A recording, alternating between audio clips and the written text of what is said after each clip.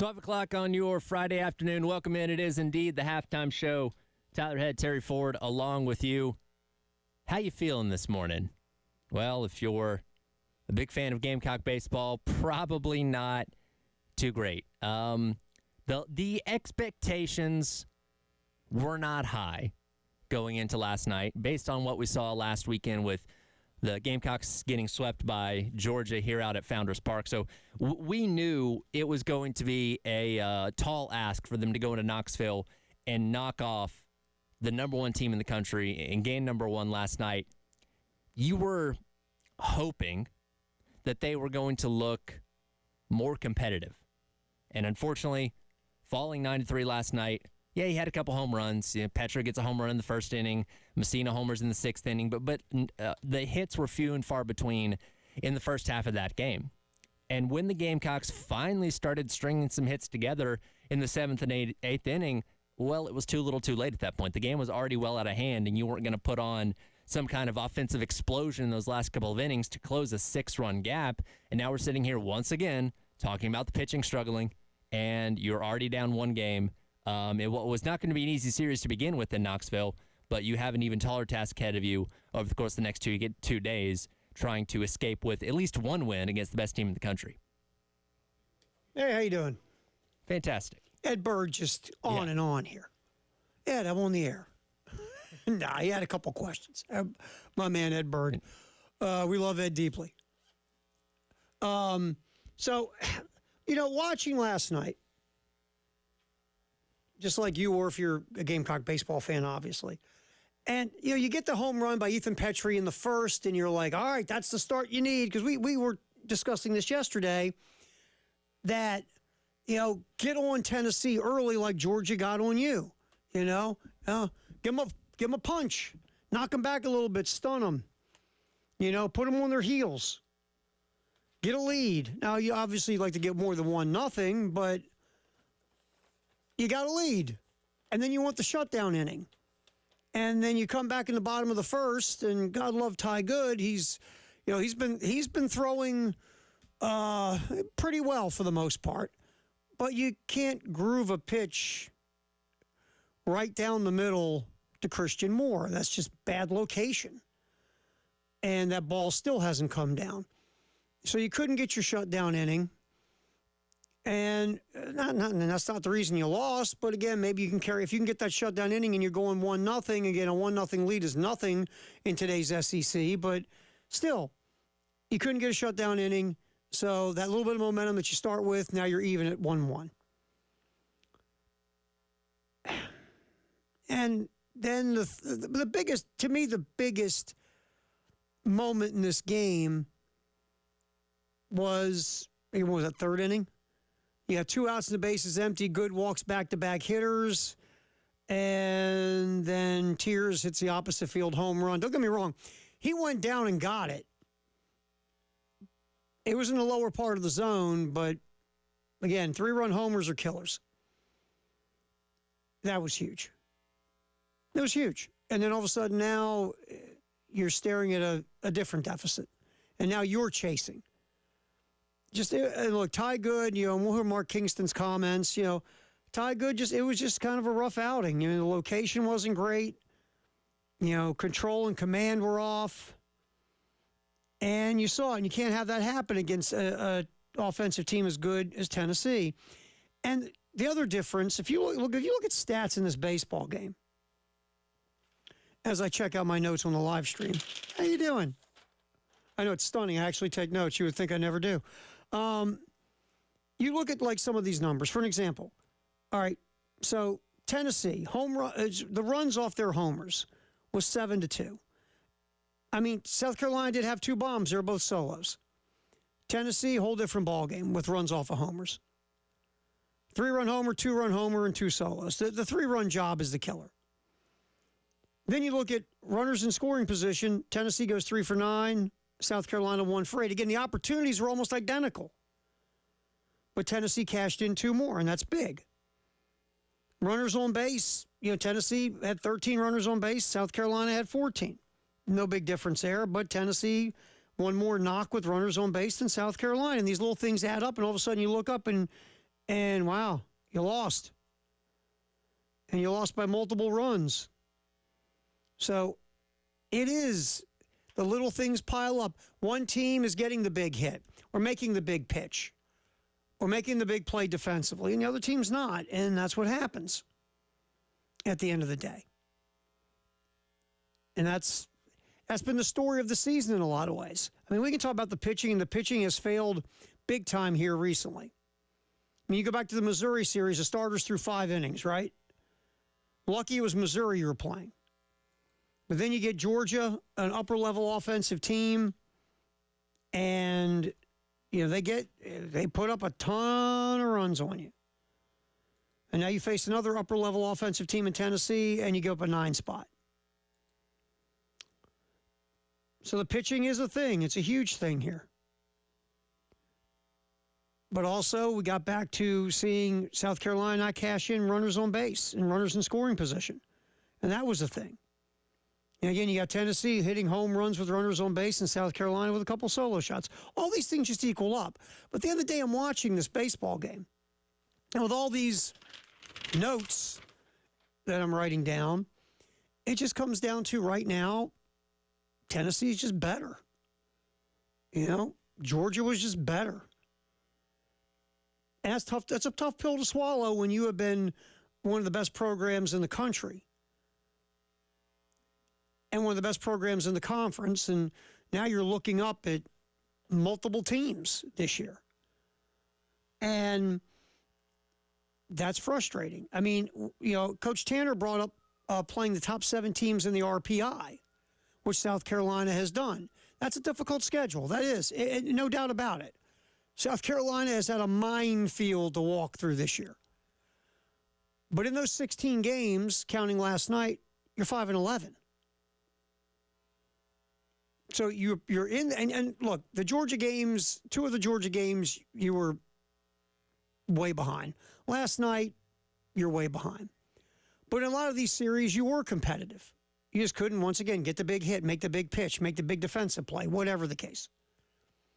But we can sit here all day and stack that stuff, but you're just, at this point right now in this season, not as good as these other teams. 5-11 against those top 7 teams that you played in the RPI. And that just tells you they're better than you. And you can, again, excuse it away, but 5-11 is 5-11. What's the great line you are? What your record says you are? Yeah, pretty much.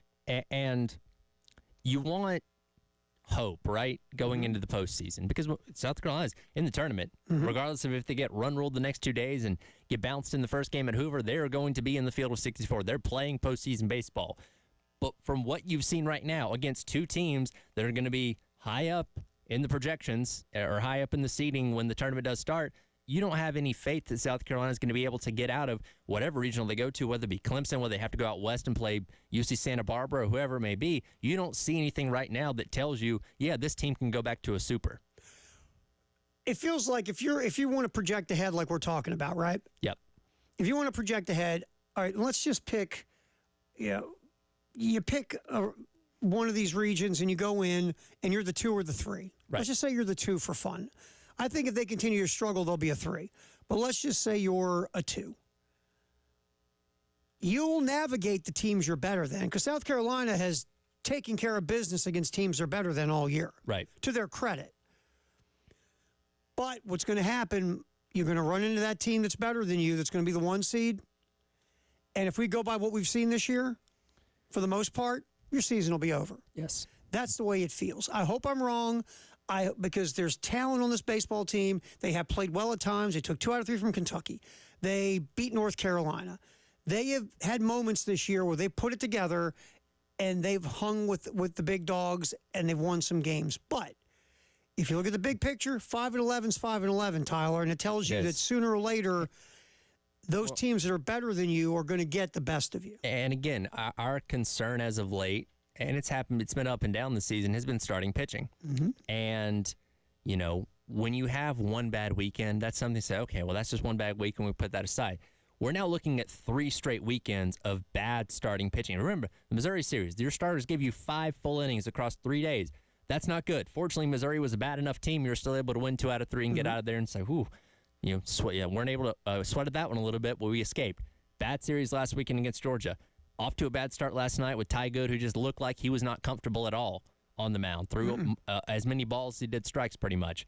And if you have, let's say, Eli Jones starting today and he gives you what he's given you the past 2 weekends, then, again, you're going into Game 3 with, I'm assuming, Garrett Gainey, hoping for another great performance and the bullpen not letting you down like they did last week. So you just don't have any semblance of hope with this team because it's been a consistent struggle this latter half of the season with your starting pitching. Well, if you look at their statistical numbers, because we talk about the eye test with this team. Right. And even the statistical numbers, like where are they at regarding offense in the SEC or pitching in the SEC? And a lot of their numbers are right there in the big fat middle. Right. Because that's kind of who they are. They're better than average, but they aren't on that level one.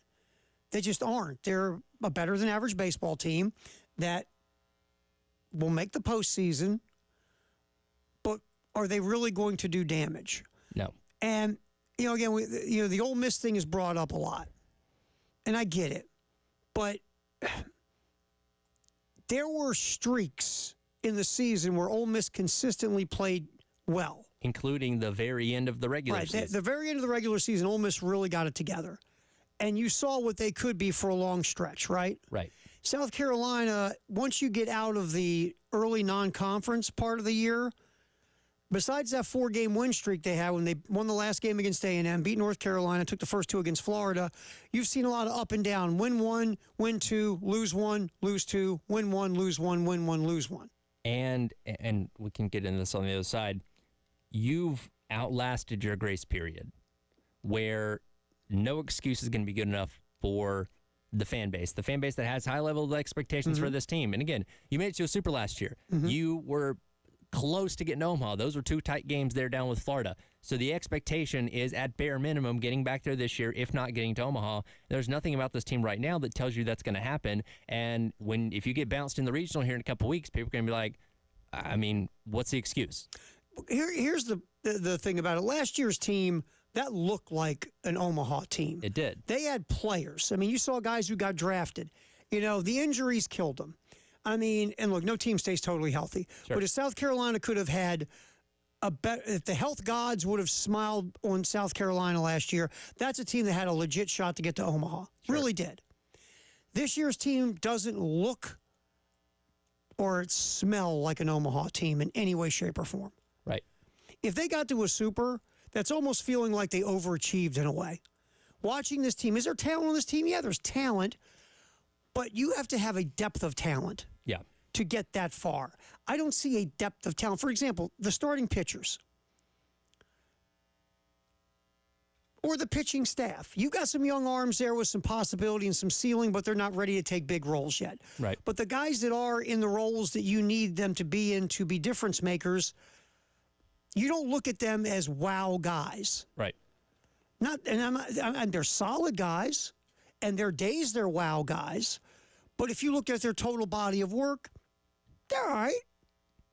They're better than average. But guess what? Better than average is not going to cut it. Right. That doesn't get you to Omaha. No. And that's when you look at this team, you're not going, wow, there's so much. There's Omaha talent here. Right. I mean, there are guys like Ethan Petrie's an Omaha talent guy. Sure. Cole Messina is. Sure. There are guys on the team who are. But as a collective, this is not a team where you go, that's an Omaha team. What is the one thing you need to have to be successful in any form of postseason in baseball?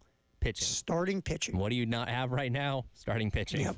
All right, we'll get back to it and continue the discussion about last night, what happened against Tennessee, and looking where this team is at. Also, we'll hear Mark Kingston's comments post-game after the loss to Tennessee. It's a halftime show. Terry Ford and Tyler Head hanging around with you until 3 here on The Game.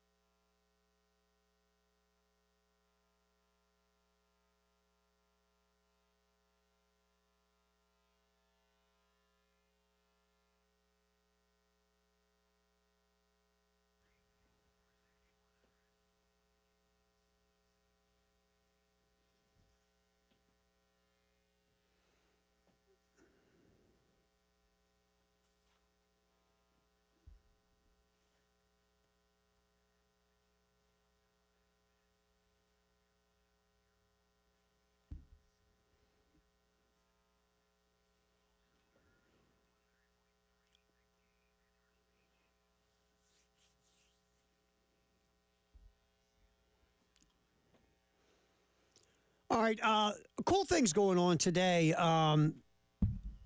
at the over at the old athletic center there, the Spurrier Athletic Center, right across the street here on the campus, University of South Carolina. South Carolina Athletics partnering with the Carolina Panthers for the Panthers annual Keep Pounding Day. Basically, USC and the Carolina Panthers will host 140 second graders from Rice Creek Elementary. It's at the Spurrier Indoor Practice Facility. It's a field day event, and it's a lot of fun. Kids get into it. They get to run around with, Panther players and also folks from South Carolina. And we're going to hear from Ikem Ekwonu, starting tackle, the Carolina Panthers here. First round pick, 2 years ago now? Or 3 years ago, really, because you got Leggett, then you got Bryce Young, and then you get Ekwonu. Technically. So Ikem Ekwonu will be calling in. We're going to talk to Ikem Ekwonu about the event, about the Panthers, new coaching staff, new regime in general with front office. So we'll talk to Ikem Ekwonu, talk about his journey so far, first 2 years in the NFL. That's coming up here in just a few minutes on the game. Circle back to last night, obviously a 9-3 loss to Tennessee. Mark Kingston post-game. Let's go with cut 5. We'll go cut 6, Tyler, about Ty Good and his outing. It was a rough outing for Ty Good. Only lasted 4 innings, gave up 6 earned runs, 9 base runners in 4 innings, 3 home runs. Just a rough outing for Ty Good. Here's Coach Kingston talking about Ty's outing. I don't know if he was too amped up because he got another start. But we got to find, again, with Ty, we got to find the right comfort zone for him so that he's out of peace. Behind the count, constantly, the location, the command were issues. Good through 89 pitches, 45 strikes, 44 balls. When the balls and strikes are about even, Tyler, that's not good. Not a good outing. And we talked about this a little bit earlier. And look, you're playing on a turf field, so the feel of the mound is a little bit different. And apparently he was struggling with that a bit. And that is the disadvantage of playing on the road in a place like that. And obviously a hostile environment as well. So things just didn't add up for Ty Good last night. And I understand moving him into that starting role as he's been effective for the most part in the role he's been playing, kind of being in that second option on Friday night or game 1 or however you want to phrase it. And last night just went out the window pretty quickly. Had Christian Moore hit 2 home runs on him in his first 2 at-bats, almost hit a third as well. Almost hit a third. And just everything kind of went south, and he was just not able to keep command and got away from him pretty quick. Yeah, well, Christian Moore should have at least had a double, but he was in home run trot mode. I was going to say, the third one. That was the classic, I feel like in Little League, that's when you get benched because when you're too busy watching it, trying to fly over the fence, you only get a single out of what should have been at least a double. But he was on fire at that point. So Coach Vitello, the Volunteers head coach Vitello, was asked about it in the post game, and he just kind of joked it off or whatever. Right. Yeah. No. In the real world, you pull a guy like that and bench him. Sure. Because you just can't do that. What if you do that in an important moment in an important game? Yep. And really, to be honest, 9-3 is probably the spot to do that because you're not hurting your own team, right? And you're sending a message, so you're winning pretty easy. So maybe that might be the point where you pinch run for him and sit him down and say, "Bub, love you. Right. Obviously, we love you. Run hard to first." And especially as you're getting set to embark on a postseason where you're going in as a very high seed, yes, that could be something that could come back to bite you. So I think that would have been the point where, and matter of fact, my buddy coaches baseball, high school baseball. He sent me a text. I would bench his bleep right now. And I'm like, you're right. Yeah, I get it. No, I would have too. I've seen it happen. But it was the perfect opportunity. The game wasn't on the line. It was. You could have sent a message, but that's not how they roll. No, but Vitello does look like a quintessential, aggressive Little League baseball coach, doesn't he? He's got the sunglasses, the beard, the hair that kind of curls up in the back. Get out there and take some cuts, kid. Yeah, all he needs are those 2 sizes too small bike shorts. Yeah. And a stain on his shirt. Yeah. You just know when they go into the team huddle, hey, eyes on me. Right here. Right here. Right here. Puts the sunglasses on the back of his head. And that was curious. He puts the sunglasses. Whenever you see that, you go, okay. All right, we're that guy. We've all been coached by that guy. Yes, we have. All right, we're going to hop out. Like I said, we're going to get back in here. Carolina Panthers, South Carolina Athletics kind of getting together and doing a little thing today for some second graders from Rice Elementary. It's called Keep Pounding Day. We're going to talk to Ikem Ekwonu, starting tackle for the Carolina Panthers, coming up next. Halftime show. Terry Ford, Tyler Head, hanging with you here on the game.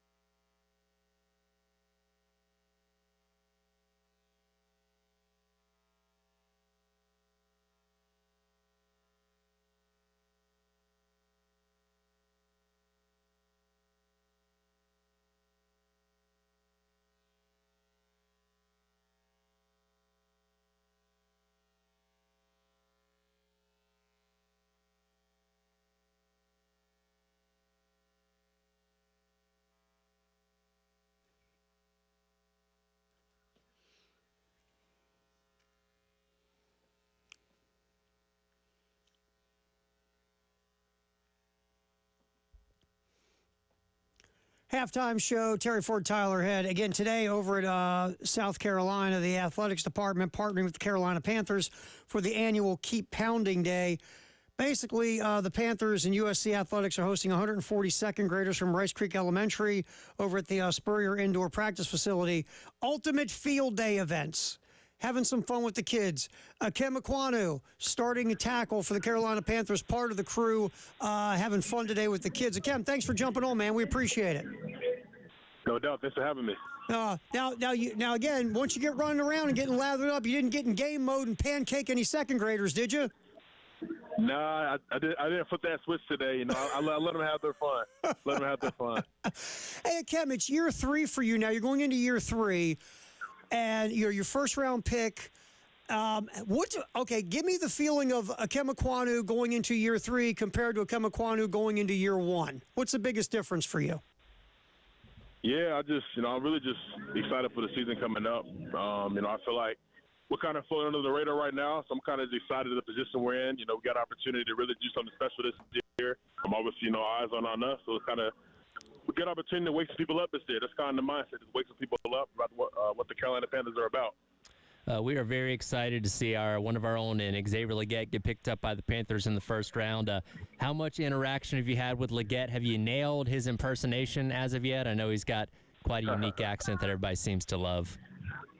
Yeah, I haven't got his impersonation down yet, but yeah, obviously, he's been a great addition to the team. Been fitting right into the locker room, so definitely looking forward, growing our relationship and seeing the different ways he can impact the team. Kem Ekwonu with us from the Carolina Panthers, hanging out on the halftime show here on The Game in Columbia, Florence, and Myrtle Beach. So, Kem, you have a new head coach in David Canales, and again, obviously, you've had multiple head coaches in your time so far at Carolina. What's the one thing that's hit you about your new head coach that you're like, wow, that's kind of different, that's cool? Yeah, I mean, obviously, he just brings a lot of energy to the building. Just kind of being that guy that can motivate us. Just makes it out. We got just positive energy going in the building, and obviously he's been doing great with the whole team building aspect as well. So definitely excited to grow in our relationship with Coach Canales. Definitely excited to see. Obviously he likes to run the ball. That's something that obviously puts a smile on my face hearing that. So. Yeah, definitely just excited to have him as part of a team and excited to work with him. Kem Ekwonu hanging out with us, Carolina Panther off a starting tackle as the Panthers and USC Athletics are together hosting a bunch of second graders from Rice Creek Elementary today. It's the Keep Pounding Day. Panthers do it annually, and they're hanging out here in Columbia. And Kim, from a personal development standpoint, what are you focusing the most on yourself this offseason and trying to improve on before the 2024 season arrives? Really just building my consistency. Just looking at the tape from last year, not giving away too much to the opposition, in terms of what I got to get better at. But I just feel like there's not as much consistency as I want. I got to be that guy, left tackle, got to be that guy that everyone can depend on. And too many times last year, I feel like I fell short. So really just making sure I'm consistent in that aspect, working with my coaches, making sure, I'm just sort of my technique and my fundamentals and making sure I can be that rock. Hey, Kevin, last thing for you. I know you have to get going and do a bunch of things. I appreciate your time very much. Okay, so when you came out of college, you were a dominant tackle, obviously, at NC State. I mean, we saw the tape, you just running over guys. Now, what's been the biggest transition for you in the NFL to step up to this professional level? I guess, obviously just level competition is just, that much higher in NFL. Cream of the crop. Everybody has a move that, that they've been working on their whole life. Everybody is just that much better in technique. Just the ground level, I guess, of athletes in the NFL, it's top tier. So you got to always bring it every week. Got to make sure your technique and your fundamentals never falter. All right, Kem Ekwonu again. I know you guys have a lot going on today, so we appreciate your time and good luck and have some fun with those kids and just let them win. Just let them win. Let them have fun. I'll let them win a couple more for you. I got you. See you, man. Kem Ekwonu from the Carolina Panthers. Appreciate your time. Do you imagine him just flattening a bunch of second graders? That's what I was thinking. Because you get those competitive juices going, man. All of a sudden, hey, sorry, kid.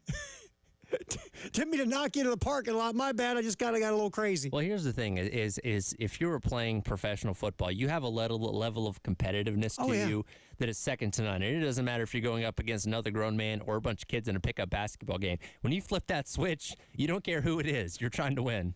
The worst, football players like playing pickup basketball, football players are like the second worst. Yeah. Like when you go to play a game of pickup, and you 5 up or 4 up or whatever, Sure. and then you see who's going to guard you. You never want the football player to guard you. He's the second worst. Yeah. You know the worst? Who's that? The wrestlers. That's also very true. The former high school or college wrestlers are the worst guys to guard you because typically they've really not played basketball. They've dabbled in basketball. Oh, yeah. They don't know all the rules. They just know that you can make contact. Yes, it is a contact sport. And when you get an ex-wrestler guarding you, it's just misery. It's like, oh, my God. I had a guy that I used to work with who went to the University of Miami in the early 2000s, played pickup basketball with Ray Lewis. Oh, Needless to say, he did not win that contest. no. Yeah, that's, again, you're standing there and you're seeing the other team manning up on guys. You're like, please, God, don't pick me, Ray. Please, God, don't guard me. Oh, God, Ray's guarding me. It's going to be a long day. It's going to be a long and the thing is, like, yeah, he's shutting you down because he's fouling the hell out of you. Oh, yeah. He's killing you. And you're not going to call him on it. Oh, no, because he looks at you like, you don't want that, do you?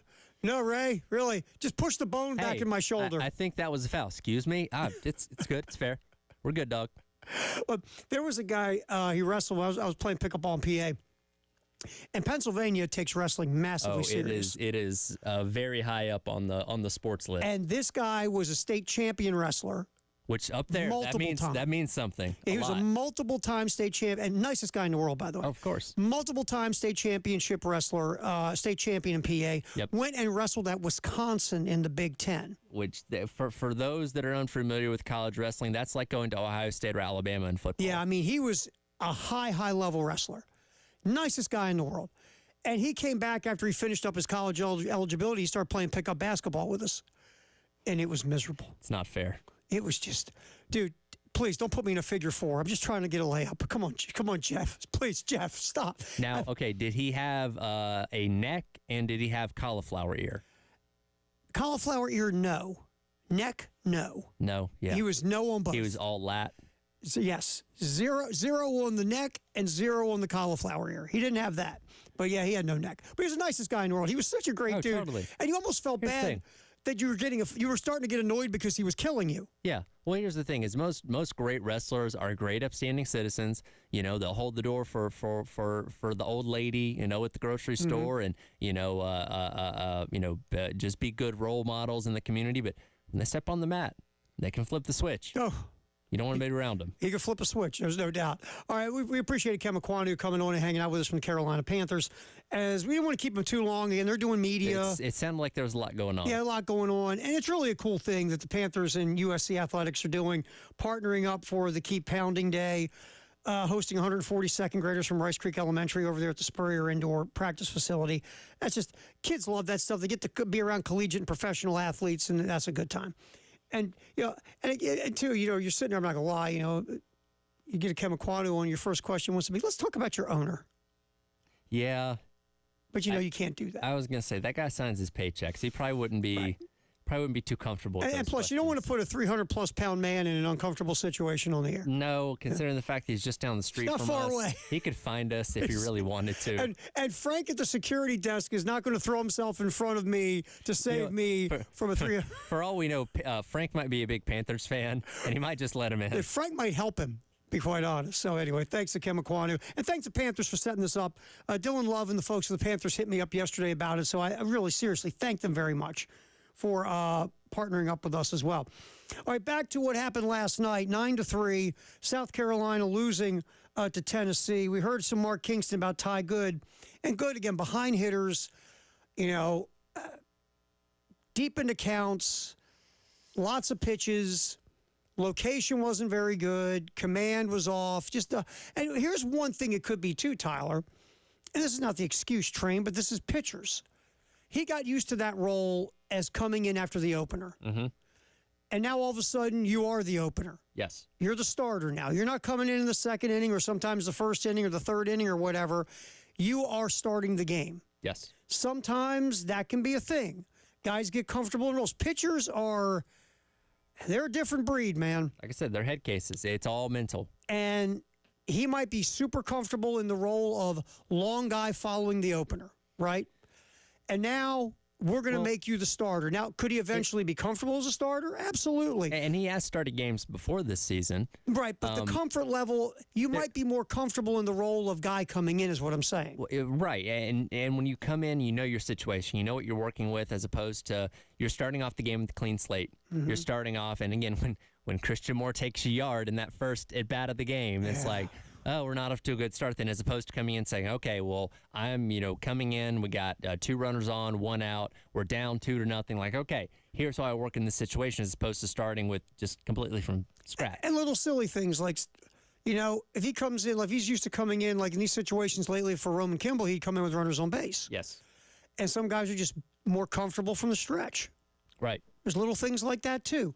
So, again, no, look, not make excuses. Ty Good's got to be better than that. He does, yes. I mean, you just have to these pitchers who have been taking the mound. Everybody has to be better. Everybody's got to get better. The starting pitching is not up to the standard you need it to be if you want to be a high-level baseball team. And now you ask the question, I'm assuming you would have Eli Jones going tonight.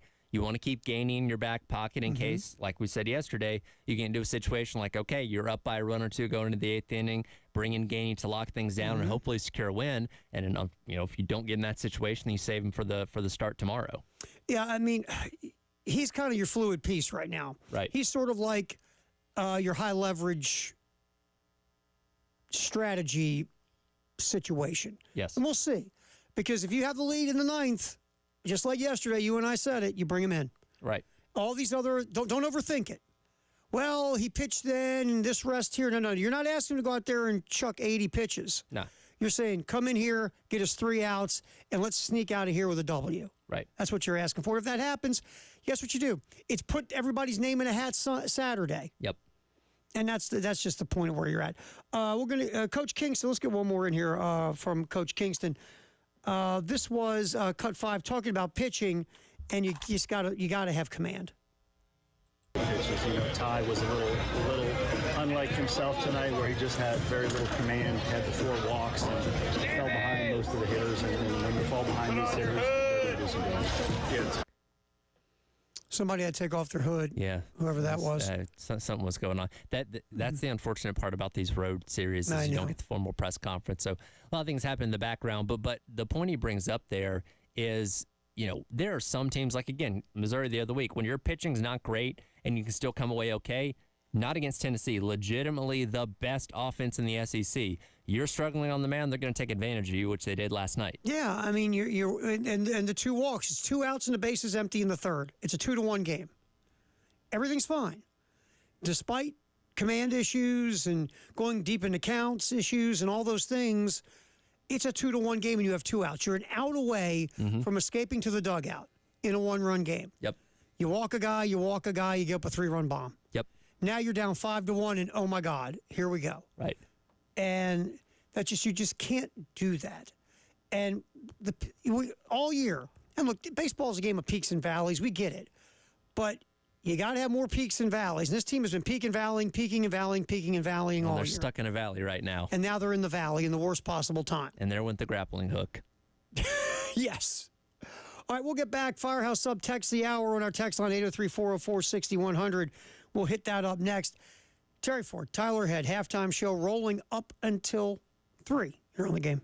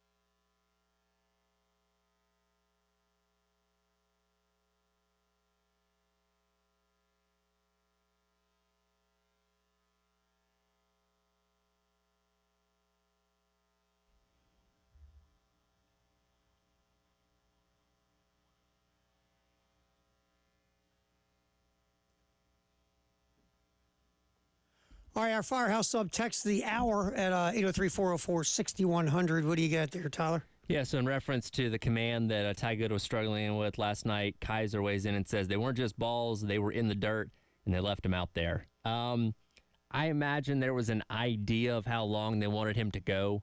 Now, he ended up going 4 total innings. I don't remember. It was 89 pitches that he ended up throwing. But, again, when you're trying to manage an already shaky pitching staff, yeah, I imagine they were hoping things were going to turn around a little bit the deeper he got into it. And unfortunately, that didn't happen. No, 89 pitches in 4 innings is not a economical amount of. You want about 15 pitches an inning, Roughly, yeah. And Ty Good was working in the 20-some range, Right. and it just was not. And to the texter's point, you're right. On the from our Firehouse subtext the hour, is he was missing bad. Yeah. I mean, in the dirt, outside the zone, and then there's this thing in baseball called quality strikes. Mm-hmm. And his strikes were not quality strikes. Like that pitch to Christian Moore to start the game off, that, by the way, that ball landed somewhere in the Smoky Mountains. Yeah. That pitch is right down the middle. Yeah. You can't throw that hitter, that strike, anytime. You threw early in the count a strike right down the middle to one of the best power hitters in the game. Yeah, probably the second best player in the SEC. So you can't do that. That's a huge. And he didn't want to do it. I mean, it wasn't like Mark Kingston and Matt Williams got to Ty Good before the game and said, Ty, here's the game plan. Throw Christian Moore fastballs right down the middle. Right. And in the second at bat to Moore, hang a breaking ball. Okay? I'm going to do the thing he least expects me to do. Because they're never going to fool him. Hey, he'll never think I'll throw him a fastball down the middle or hang him a breaking ball. He's going to be totally discombobulated. He wasn't. This wasn't the game plan. It's just Good didn't execute his pitches. Right. And look, I get the criticism of the coaching staff in a lot of ways. I get certain things. Why are you doing this or why are you doing that? Sure. But there's also the idea that players need to execute. Right. You've got to execute, whether it's executing on the mound with your command, your pitch mix, whatever, to executing in the batter's box with runners on base, to executing defensively. At some point, yes, I'm not saying you don't criticize a coaching staff, but you've also got to take a look at the performance. Now, the one thing you can say, I always say this about coaches, are coaches putting their players in the best possible position to succeed? That is a huge, if you want to, that's where I start. I'll look at coaching. Yep. And then if you want to start going and looking through how Kingston and Williams are using the pitching staff or the everyday players, all right, that's different. Yep. But at some point, you had to start Ty Good. Yep. You had to. You had no choice. This, to me, you can't criticize that. Right. But he has been, and he's been a starter, even though he's coming in for Kimball. He's been your best starter here recently because Gainey only had one start. Right. You got to start Ty Good in that situation. Tell Roman Kimball, look, we love you. We haven't given up on you, but we're gonna put you on the shelf this week. But Kimball has to know that his performance has not been up to standard. And I think he does. Because when you're Roman Kimball, you walk off the mound knowing you've been struggling. In your past 2 starts, you've had a combined 1 1/3 inning. Yeah. So you tell Roman Kimball, I love you.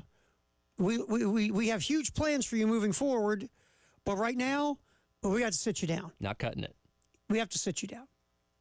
So you start Ty Good. We were talking about it during the week.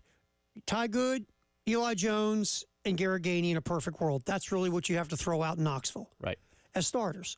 And Good just didn't execute. And, Coach Kingston just said, was he too amped up? Was he too geeked for it? I'll throw this out. Was the moment too big? I don't know. Right. Because that was a big moment last night. For sure. And you're on the road at number 1, hostile environment, and talked to our guy yesterday, the seats are right on top of you, so it can feel even more intimidating. I get being nervous, but you still got to go out there and execute. You're in big-time SEC ball. Yeah, and you're pitching against one of the best teams in America, and you want to be one of the best teams in America. For sure. So but to stack up with the best teams in America, you have to execute. That's right. So just a tough night for Ty Good. Tyler Pitzer gave up 3, did strike out 4 in his 3 innings, but 3 hits, 3 earned runs. Now, his first 2 innings weren't that bad, looked pretty solid, and then just kind of fell apart in the third. Yeah, just the wheels came off in his third inning, and then Drake Quinn came in and finished it up.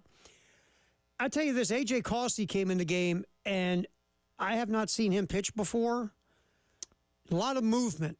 Yeah. A lot of movement. And he was their strikeout leader going into last night, and you see why. A lot, very effective. And again, they do the opener thing with with Stamos, and he worked about what you expect him to work 2 innings before bringing in Causey there.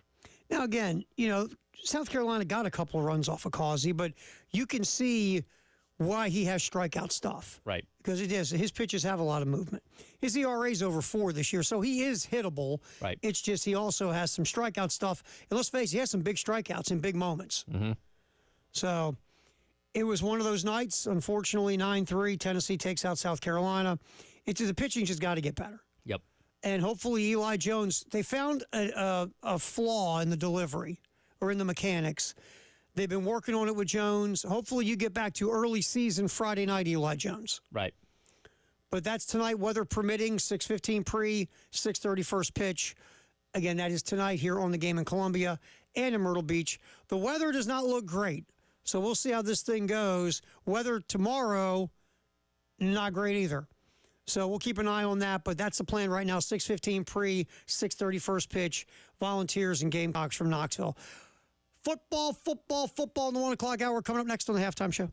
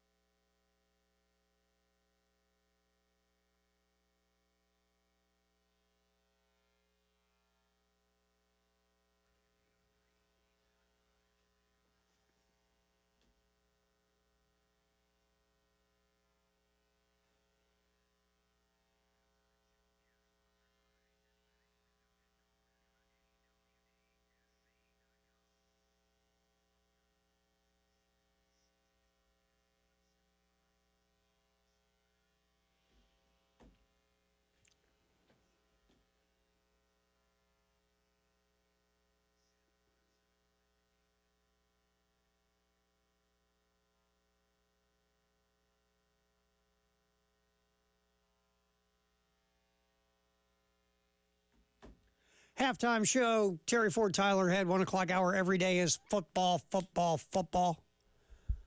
Couple different things. First of all, a little note, if you haven't seen this yet, former South Carolina Gamecock defensive back Keenan Nelson Jr. is committed to Ohio State. And now Keenan Nelson Jr., we forget this, was the starting, nickel beginning of the last year. It was. His play diminished pretty quickly as the season went along, but he did start the season out at that nickel spot, which we know kind of ended up being a revolving door until Jelon Kilgore kind of settled in towards the end of the season. And look, we qualified Keenan Nelson Jr. as a healthy transfer. So there's a guy that essentially lost his spot and is looking for a better option of where to play. How he gets on the field at Ohio State, I don't exactly know, but if he thinks that's a better option for him, then more power to him. And, this leads into the conversation of, this year's defensive backfield. There's one open spot we know. Right. And that's corner, opposite of O'Donnell Fortune. Now, could that be Judge Collier? Could it be Emery Floyd, Vakari Swain, even Jalewis Solomon? There's been, talk of Solomon and what he could bring to the table when he shows up. Would he have 17 career interceptions I was reading earlier today? Mm-hmm. So we'll see who gets that corner spot. Vakari Swain had the big interception, the wow moment in the spring game. Right. And the coaches said he really improved from last season from what they've seen so far. Collier really got the most run last year out of the group. Emery Floyd, has pushed track out of the way now to really focus on football. So we'll see between Collier and Floyd and Swain who might get a hold of that other starting corner spot. But, besides that, you're set. You've got Kilgore, Eamon and Smith in the back end. You got David Spalding, if healthy, who's going to get some reps. So you see where it's going, but the one spot you still have a question mark on will be that other corner. Right. And look, people love Vakari Swain. Remember, he came in last year. Was he going to play defense, offense? Where's he going to go? He's an athlete. Decided, okay, we're going to play him at DB.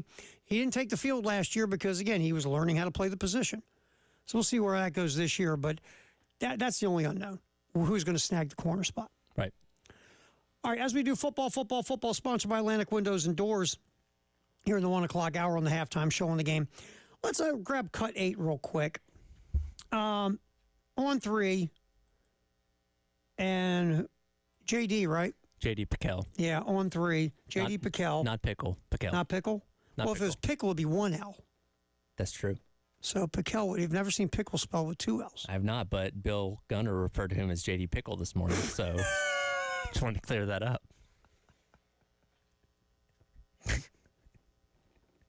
I figured we all understood how to pronounce it, but I guess not. Are you shocked? No.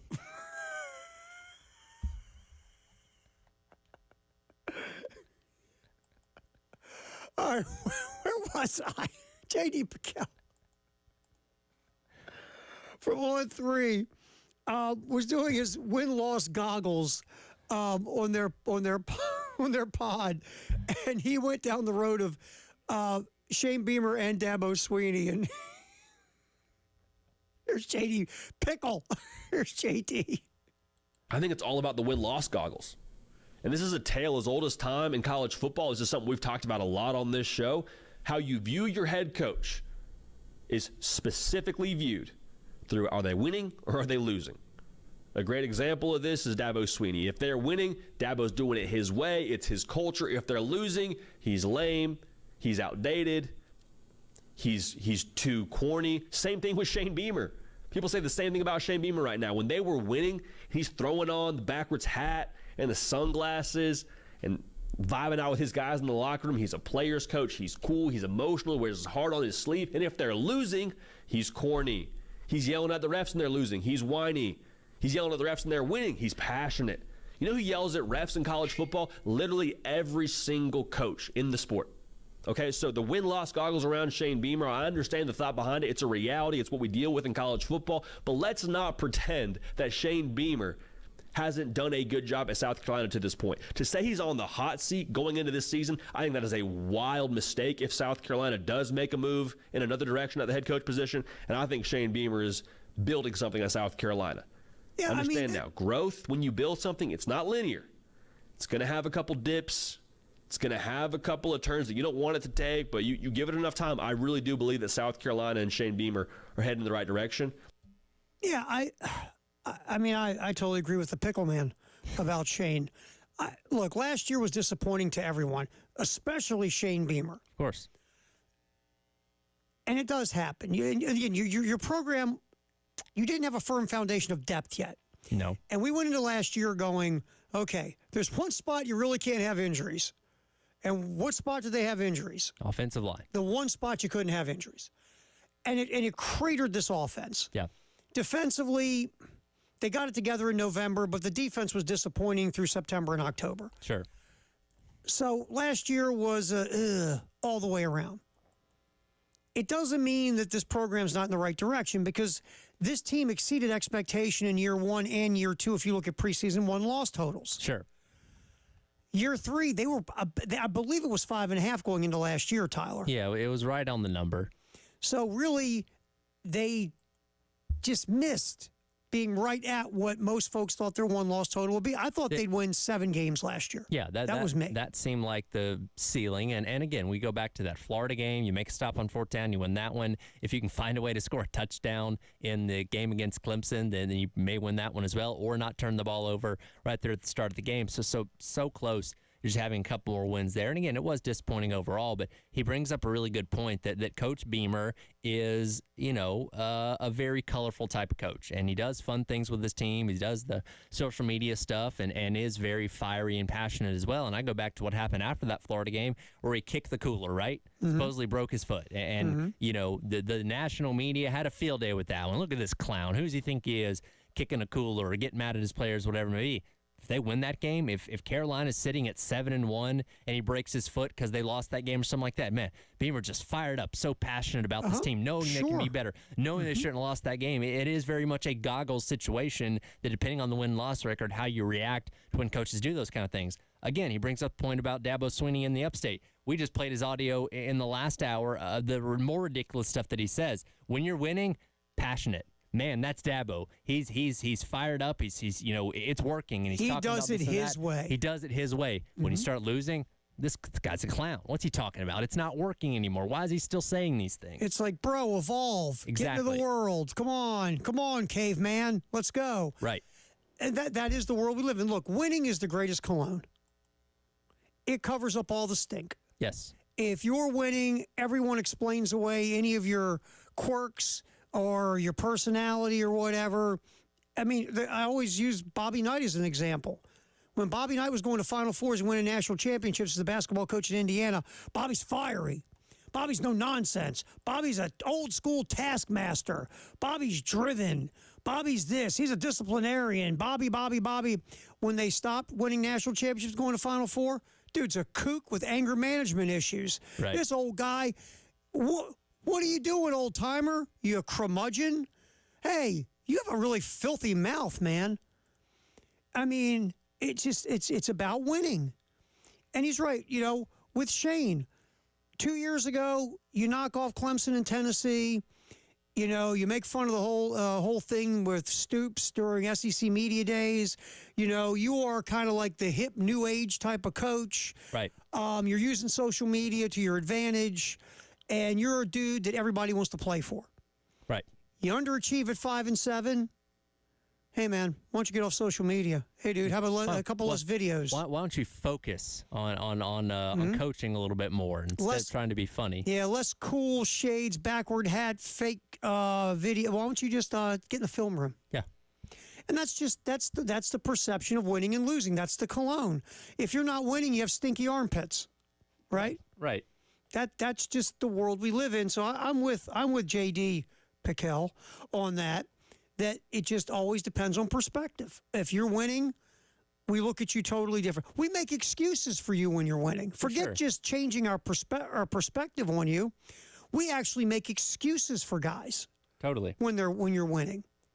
I've been around that many times in my way long sports talk career. Mm-hmm. A guy could be a total Richard. A donkey like nobody's business. Well, you've been around John Harbaugh. Oh, and when you're winning, oh. And fortunately for him, he's done more winning than losing. Oh, So and his John, antics are okay. Look, Harbs, when he's winning, again, he's no-nonsense guy. He's old-school guy. He's this guy. When he's losing, you're kind of miserable. Why don't you, why don't you change the way the loyalty to your assistants? I mean, you got to fire that guy. Sure. When you're winning, he's so loyal. Yeah. He's so loyal to his guys. He's so patient. But when you're losing, what are you doing, dude? Fire this cat. It's all on the perspective of winning. And when you're winning, people will prop you up like nobody's business. Right. And when you're losing, they'll knock you off that pedestal and step on your head. And that's just the way we go. So yeah, J.D. Piquel hit perfect about that situation. All right, we'll continue football. And we're going to get some. Speaking of Dabo, we will re-rack. If you haven't heard the latest Daboism, we'll get to that coming up on football. And the old ball coach, Steve Spurrier, was on WDAE in Tampa, their sports talk giant, giving his thoughts on the NIL world. And we've got that racked up as well, too. And that's coming up in the next segment. It is football here on the game, sponsored by Atlantic Windows and Doors in the 1 o'clock hour.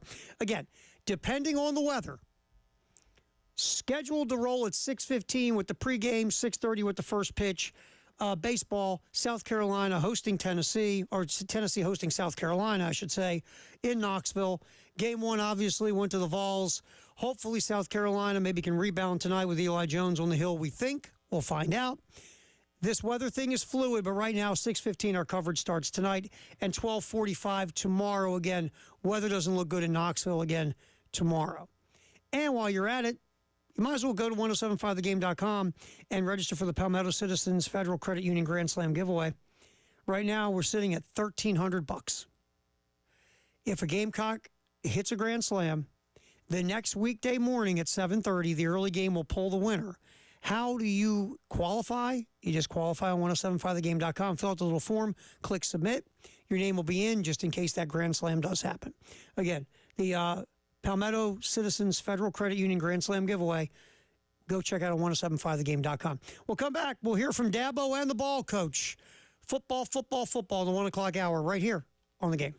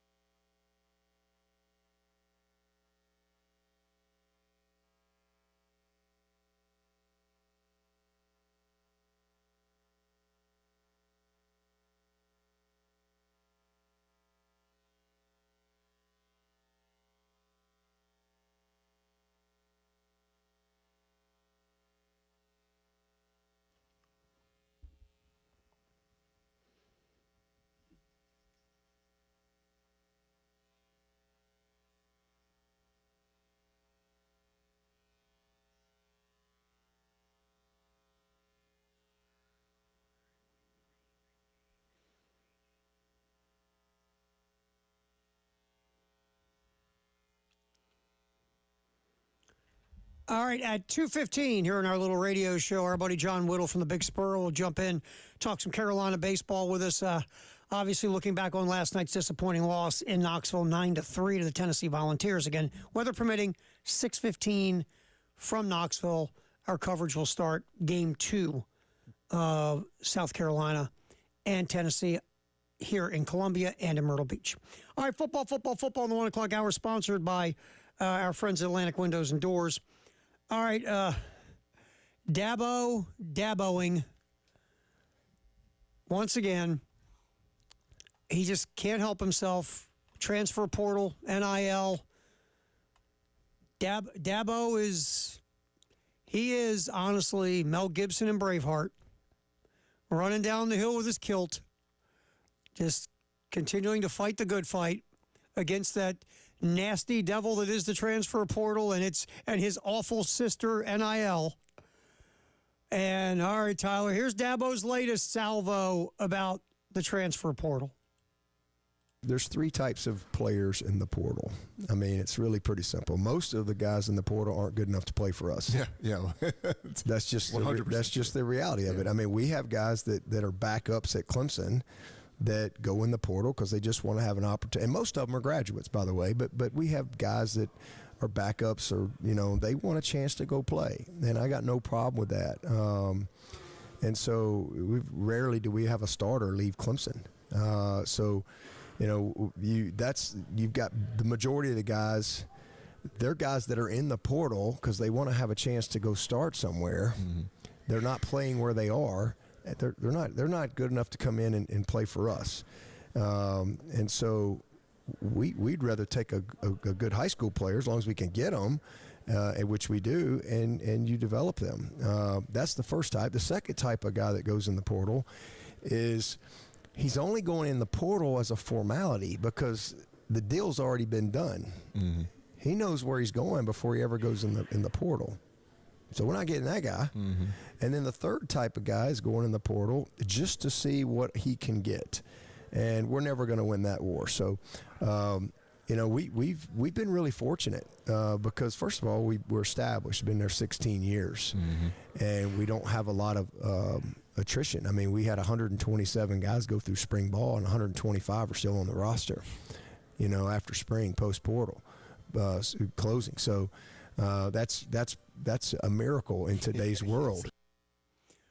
Yeah, but we'll talk about the other part of the year and what happened with players leaving in the portal at Clemson. But that's another story for another day. Let's focus on this real quick.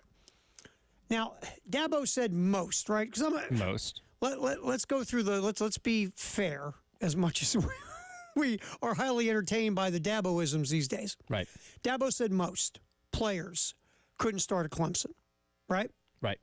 What about the ones that could? What about the ones that could, Dabo? I brought up the point. What's one area they struggled with last year? Wide receiver. Who were a couple guys that were in last year's wide receiver transfer class? Well, it'd be A.D. Mitchell, Keon Coleman. Those guys ended up going pretty They couldn't high start in the at draft. Clemson. They couldn't start at Clemson. But I think Keon Coleman had a pretty good game against Clemson, by the way, when they played Florida State last year. But now those guys, they couldn't start for Clemson. I mean, would you rather have Cade Klubnik, Jaden Daniels, Caleb Williams, Michael Penix Jr.? Yeah, I don't think he's in the same category as those guys, but let's just they're not good enough. Right, so that's my point. Okay, if you want to say most, all right, Dabo, I'm not going to get into a thing about that. But how about that percentage, no matter how small, that could start at Clemson? Why aren't you after those guys to make your football team better? You've had holes in your offense for a couple years now. Yeah. Why aren't you out in the portal trying to? You don't have to go do Florida State and bring in a bazillion guys. Sure. But what about 3 or 4 guys that can make your team better because you know you're so good? Well, just saying. I think it's also because he's not wrong when he's talking about the types of player in the portal, talking about 2 and 3. There are guys that already know where they're going and they're in the portal. There's also guys that are literally just fishing out there to see what their best opportunity can be, but you're willingly shutting yourself off from those guys by not embracing NIL, by not embracing the portal themselves. You got high-end talent that would love to come play for you if the opportunity presented itself, because the market now says, okay, I'm a former 5-star whatever, I can make this much money at these certain schools, and if you're not willing to offer me that because everybody else is, I'm going to go somewhere else. Well, he said we're not going to win that war. Because you're not trying to win. I was going to say, well, because you're not bringing weapons to the war. Right. I mean, you're the guy. Remember those movies like the Civil War and the Revolutionary era movies? Right. Where you got the dude that carries the flag and he has no weapons, and he's the first guy up the hill. Yep. And he has nothing but the flag. First of all, do you really want that gig? Right. And then two, when that guy gets wiped out, they pick up the flag and they go to hand to another guy. I'd be like, nah, I'm okay. The first guy didn't end well. But that's kind of what he's doing. He's running up the hill without any weapons, and he's running right into all the artillery because everybody else is using the weapons. Right. And there's two things there. A, why don't you want to win that war? Because, again, you have no desire to. So you're blocking out those players. Two, why aren't you going after the players that are better than the guys you have? Right. You can't control the guy who's just going in where he already knows where he's going. Right. I get that. And so fine. If you don't want to be in that scrum, okay. But there's two other departments here you could be in that you've chosen not to go in that could improve your football team. And by the way, who'd they play in the college football playoff last year? They didn't. Who'd they play in the New Year's Day bowl game last year? They didn't. 8-4, 4-4 in league. Yep. So nobody was better than your guys? Really? Really? Okay. I mean, if I was a Clemson fan, I would be like this. Dabo, thank you for everything. Sure. What you have done for our program has never happened in this length of time, and we will always love you. Right. And there are a lot of kids named Dabo in the upstate. Thank you. Thank you.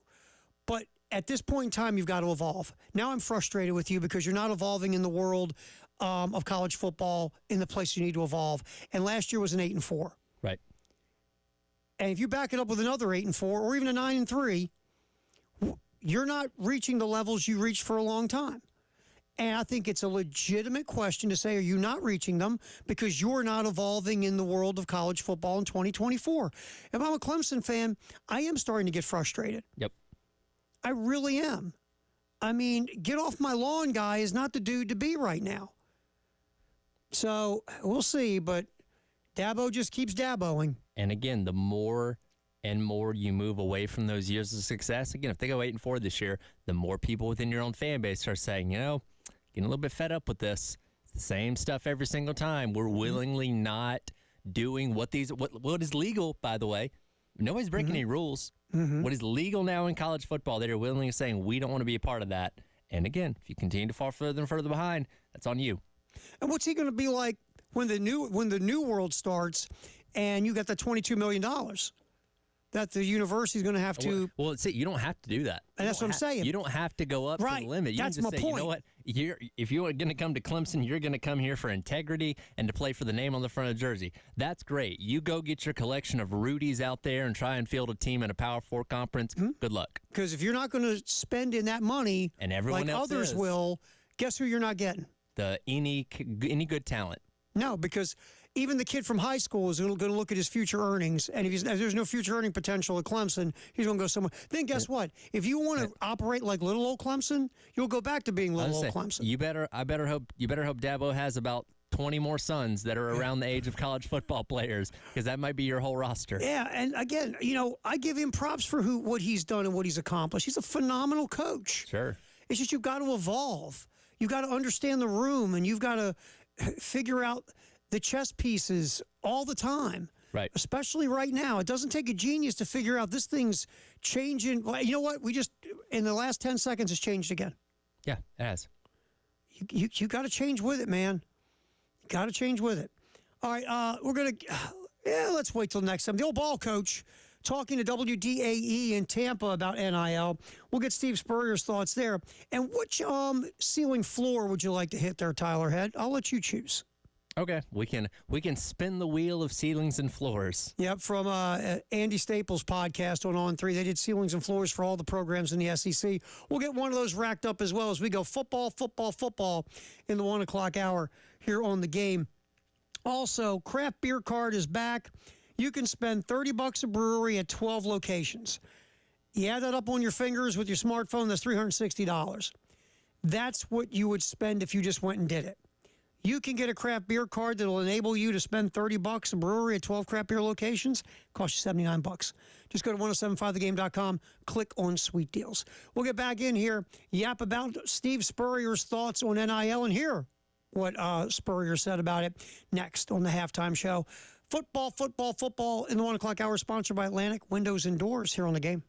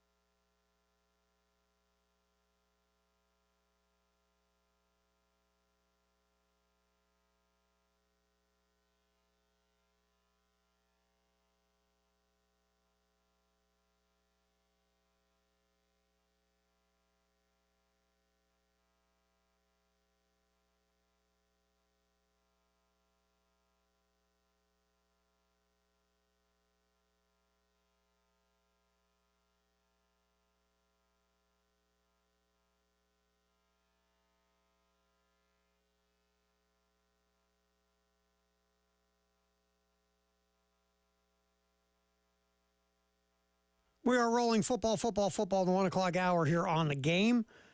Sponsored by Atlantic Windows and Doors. Terry Ford, Tyler Head. We roll up until 3, then the post-game show takes over. John Whittle at 2:15. We'll talk some Carolina baseball.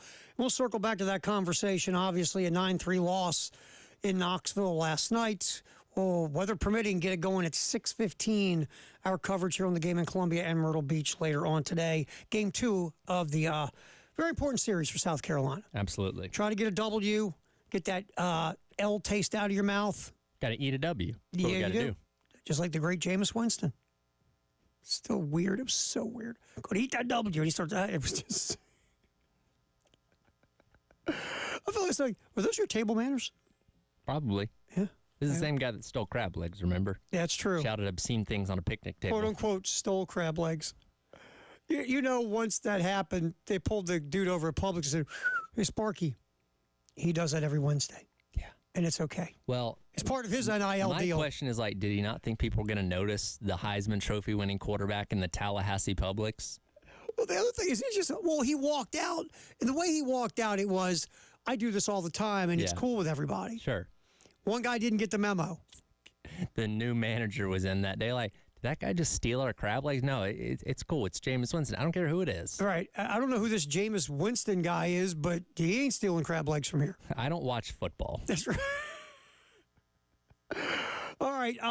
We are rolling football here in the 1 o'clock hour.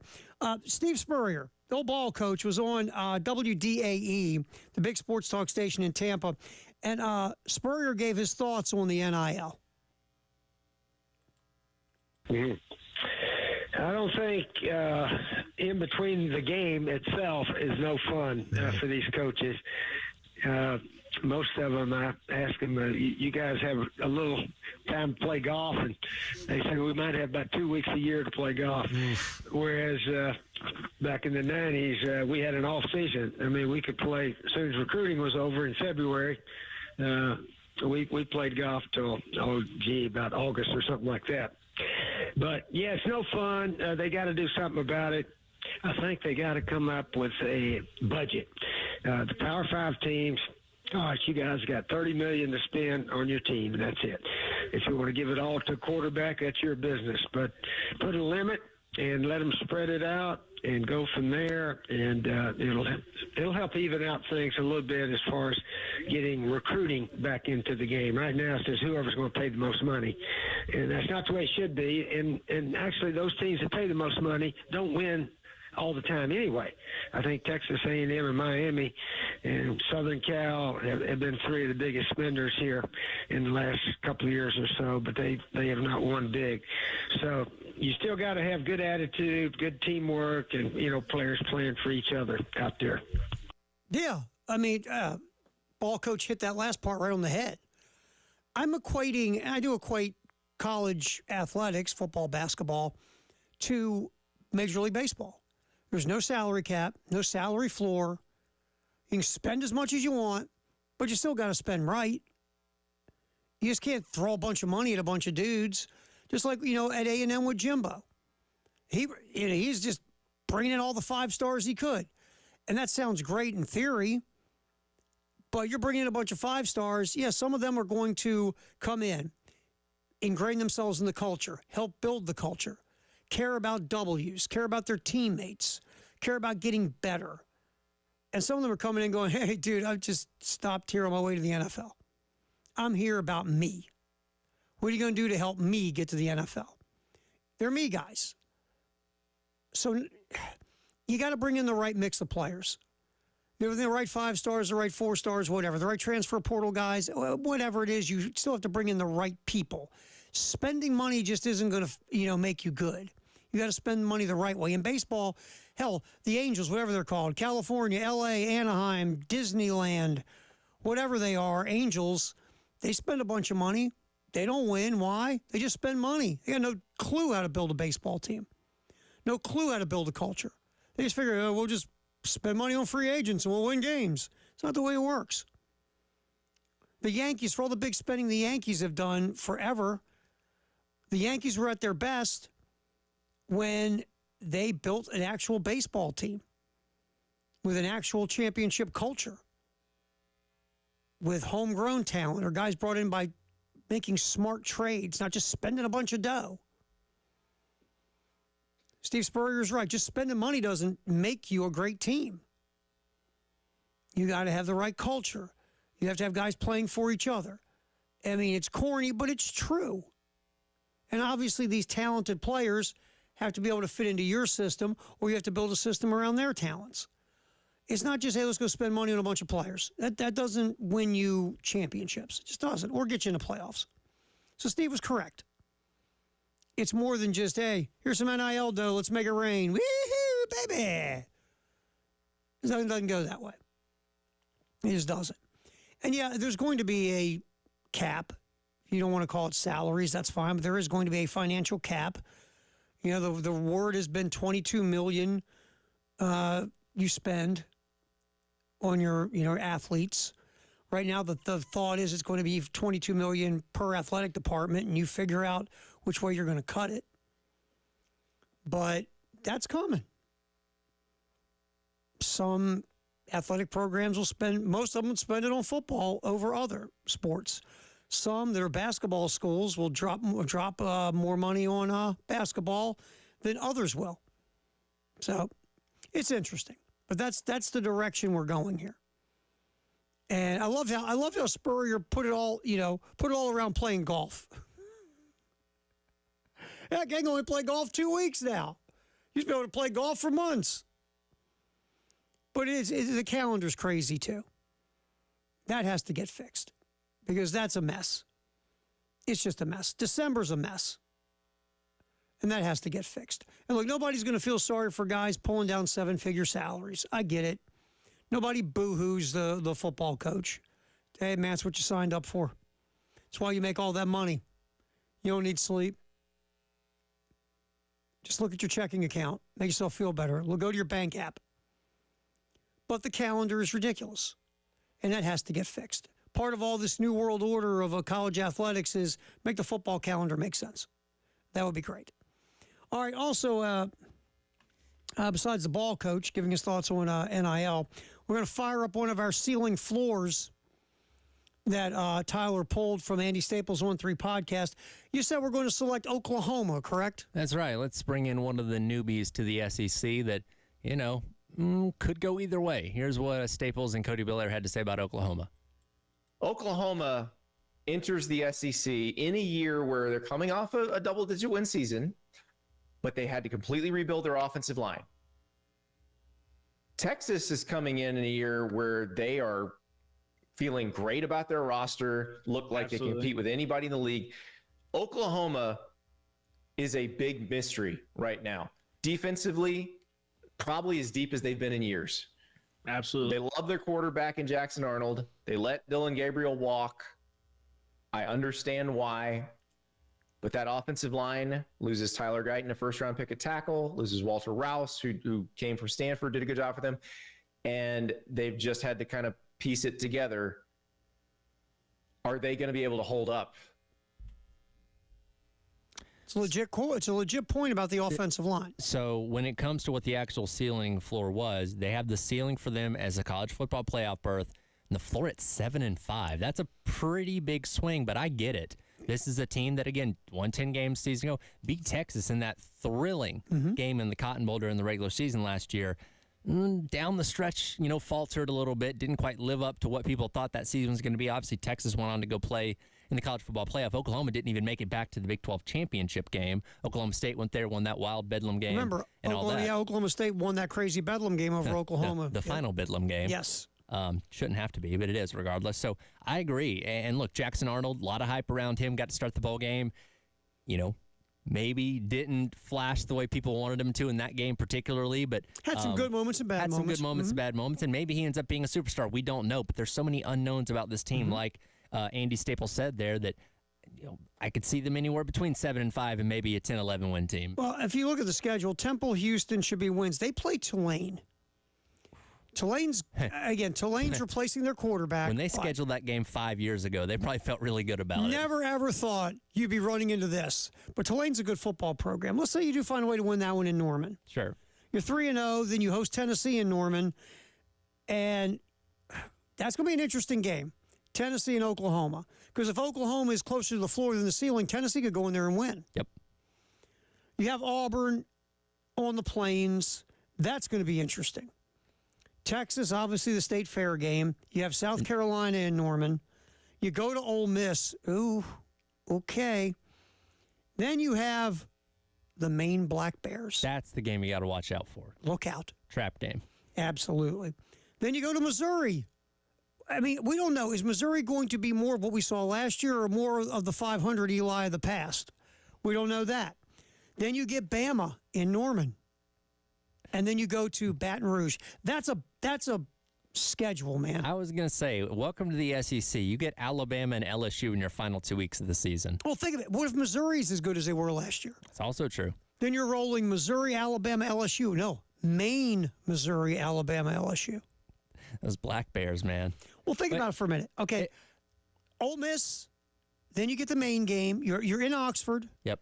Then you get Maine, Missouri, Alabama, LSU. So 4 of your last 5 could be very difficult. By the way, I'm not overlooking that game on the road at Auburn either. I think they're going to be sneaky good this year. And that's the other part. You got Texas in the State Fair game. Auburn, a lot of people think, are going to be better than they were last year. Tennessee, that's a thing too. So Oklahoma, we'll see. Halftime show here on the game.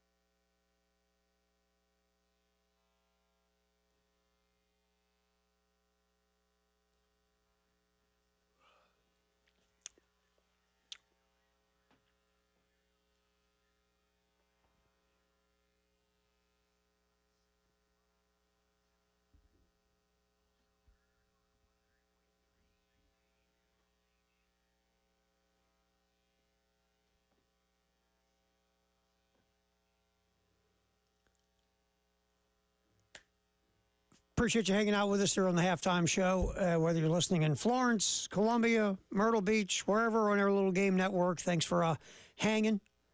Also on the Game app, you just go to Google Play, iTunes, whatever, download 107.5 the Game app, listen to us anywhere. John Whittle coming up at 2:15 here on this show. We're going to talk some Carolina baseball with John after what happened last night in Knoxville, a 9-3 Gamecock loss. Try it again today, weather permitting. 6:15 our coverage starts for Game 2 between South Carolina and Tennessee.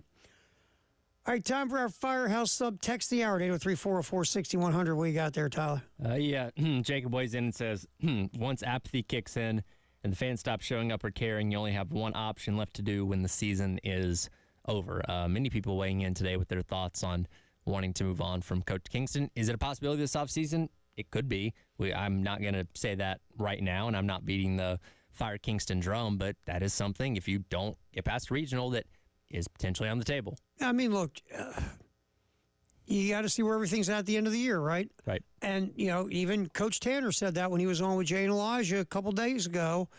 He was talking about the baseball program. He says, like anything, we stop and we evaluate after the season's over to see where we're at and where we want to go. So, and you remember Mark last year got to the Supers, got a bump in pay and an extension. Mm-hmm.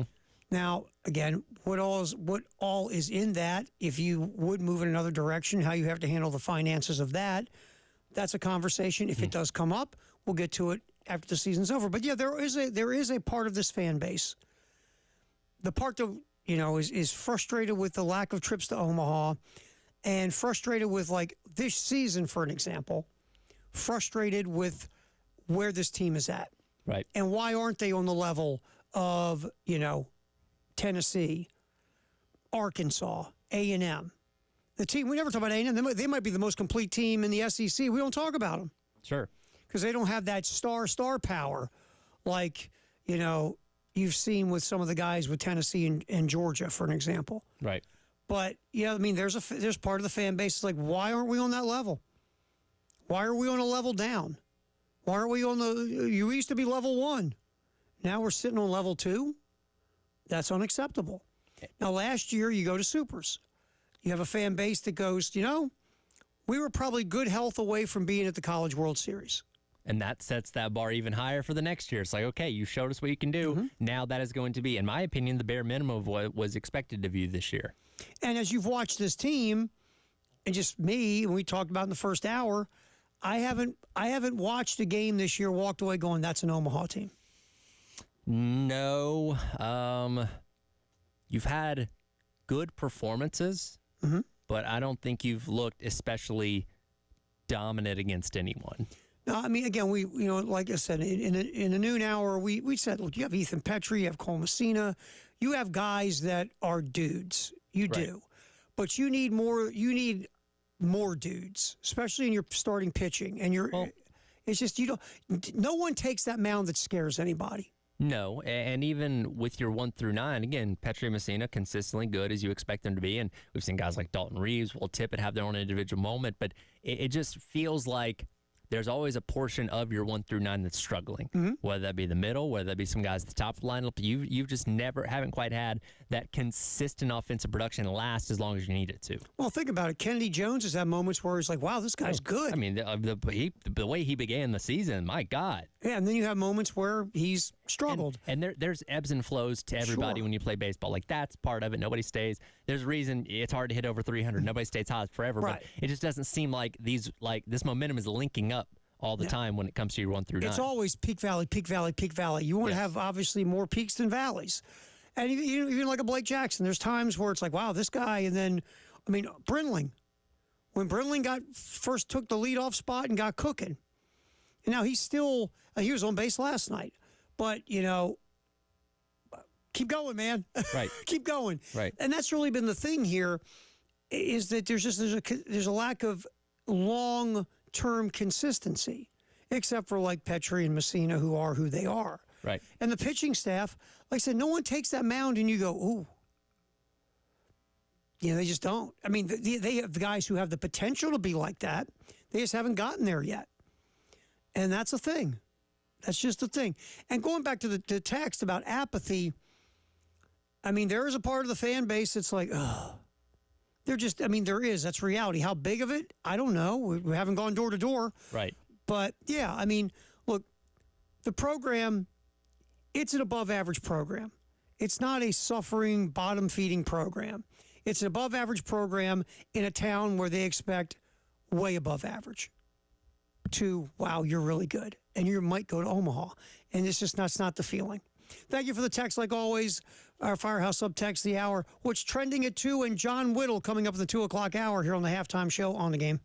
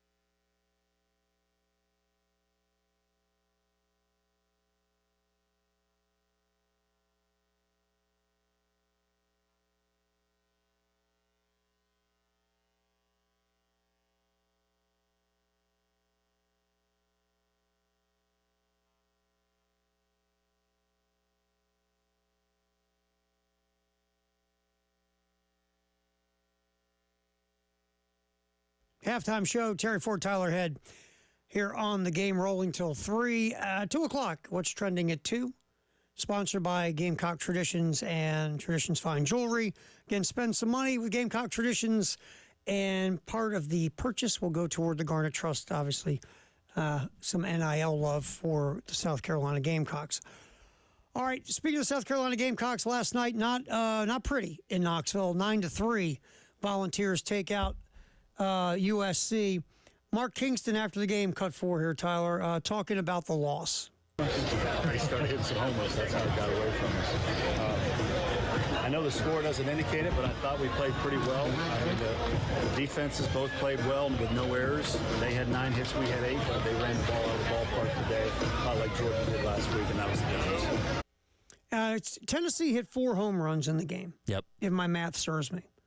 Which, out of those 4 home runs, they had a 3-run homer and a 2-run homer. So 7 runs off of the 4 homers. That is correct. South Carolina hit 2 homers and got 2 runs off the homers. Yes. That was a big thing.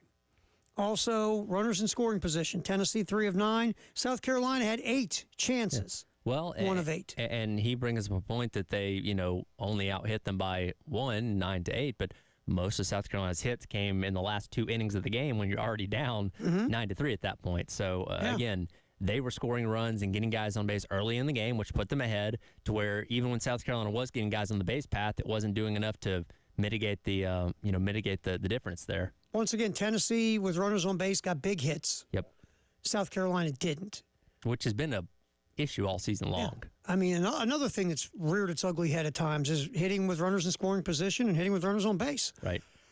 Ty Good struggled, obviously. 4 innings, gave up 6 earned runs, 3 homers. It was tough. I mean, location, command was off, behind a lot of hitters, through 89 pitches. Only 45 of those were strikes, so 44 balls.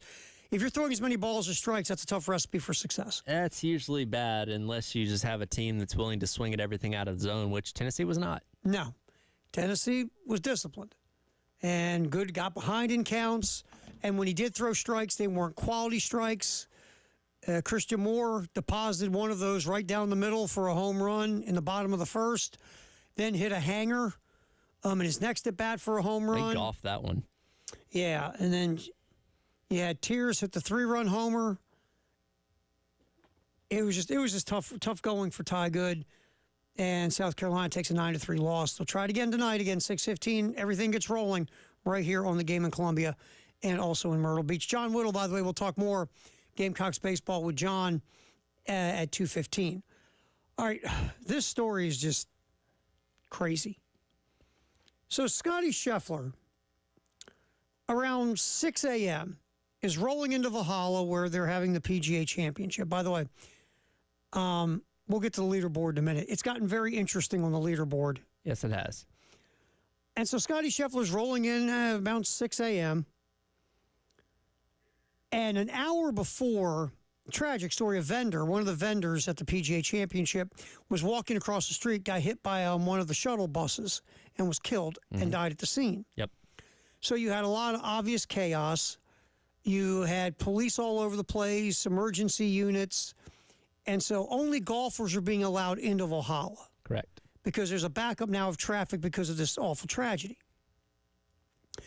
And Scheffler comes in. Now, the players obviously were being let in. Yep. So Scheffler is going into Valhalla. He's driving.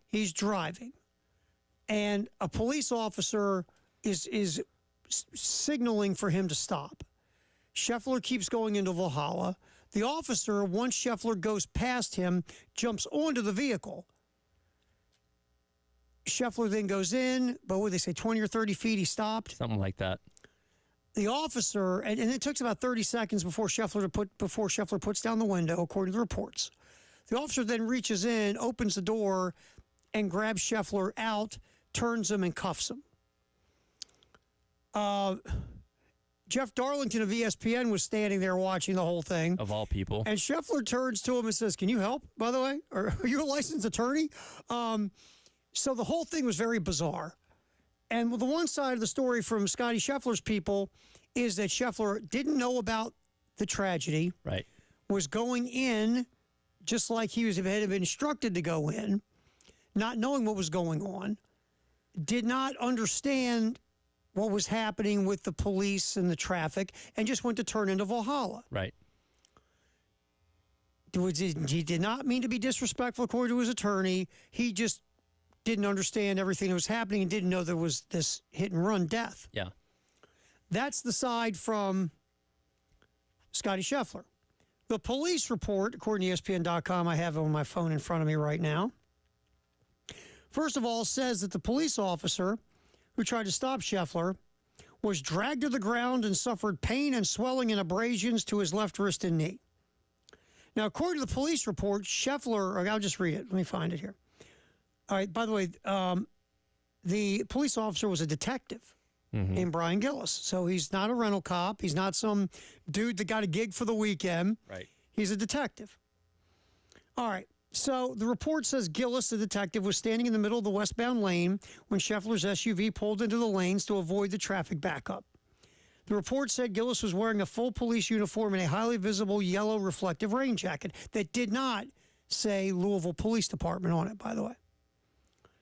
Gillis stopped Scheffler's SUV and attempted to give instruction.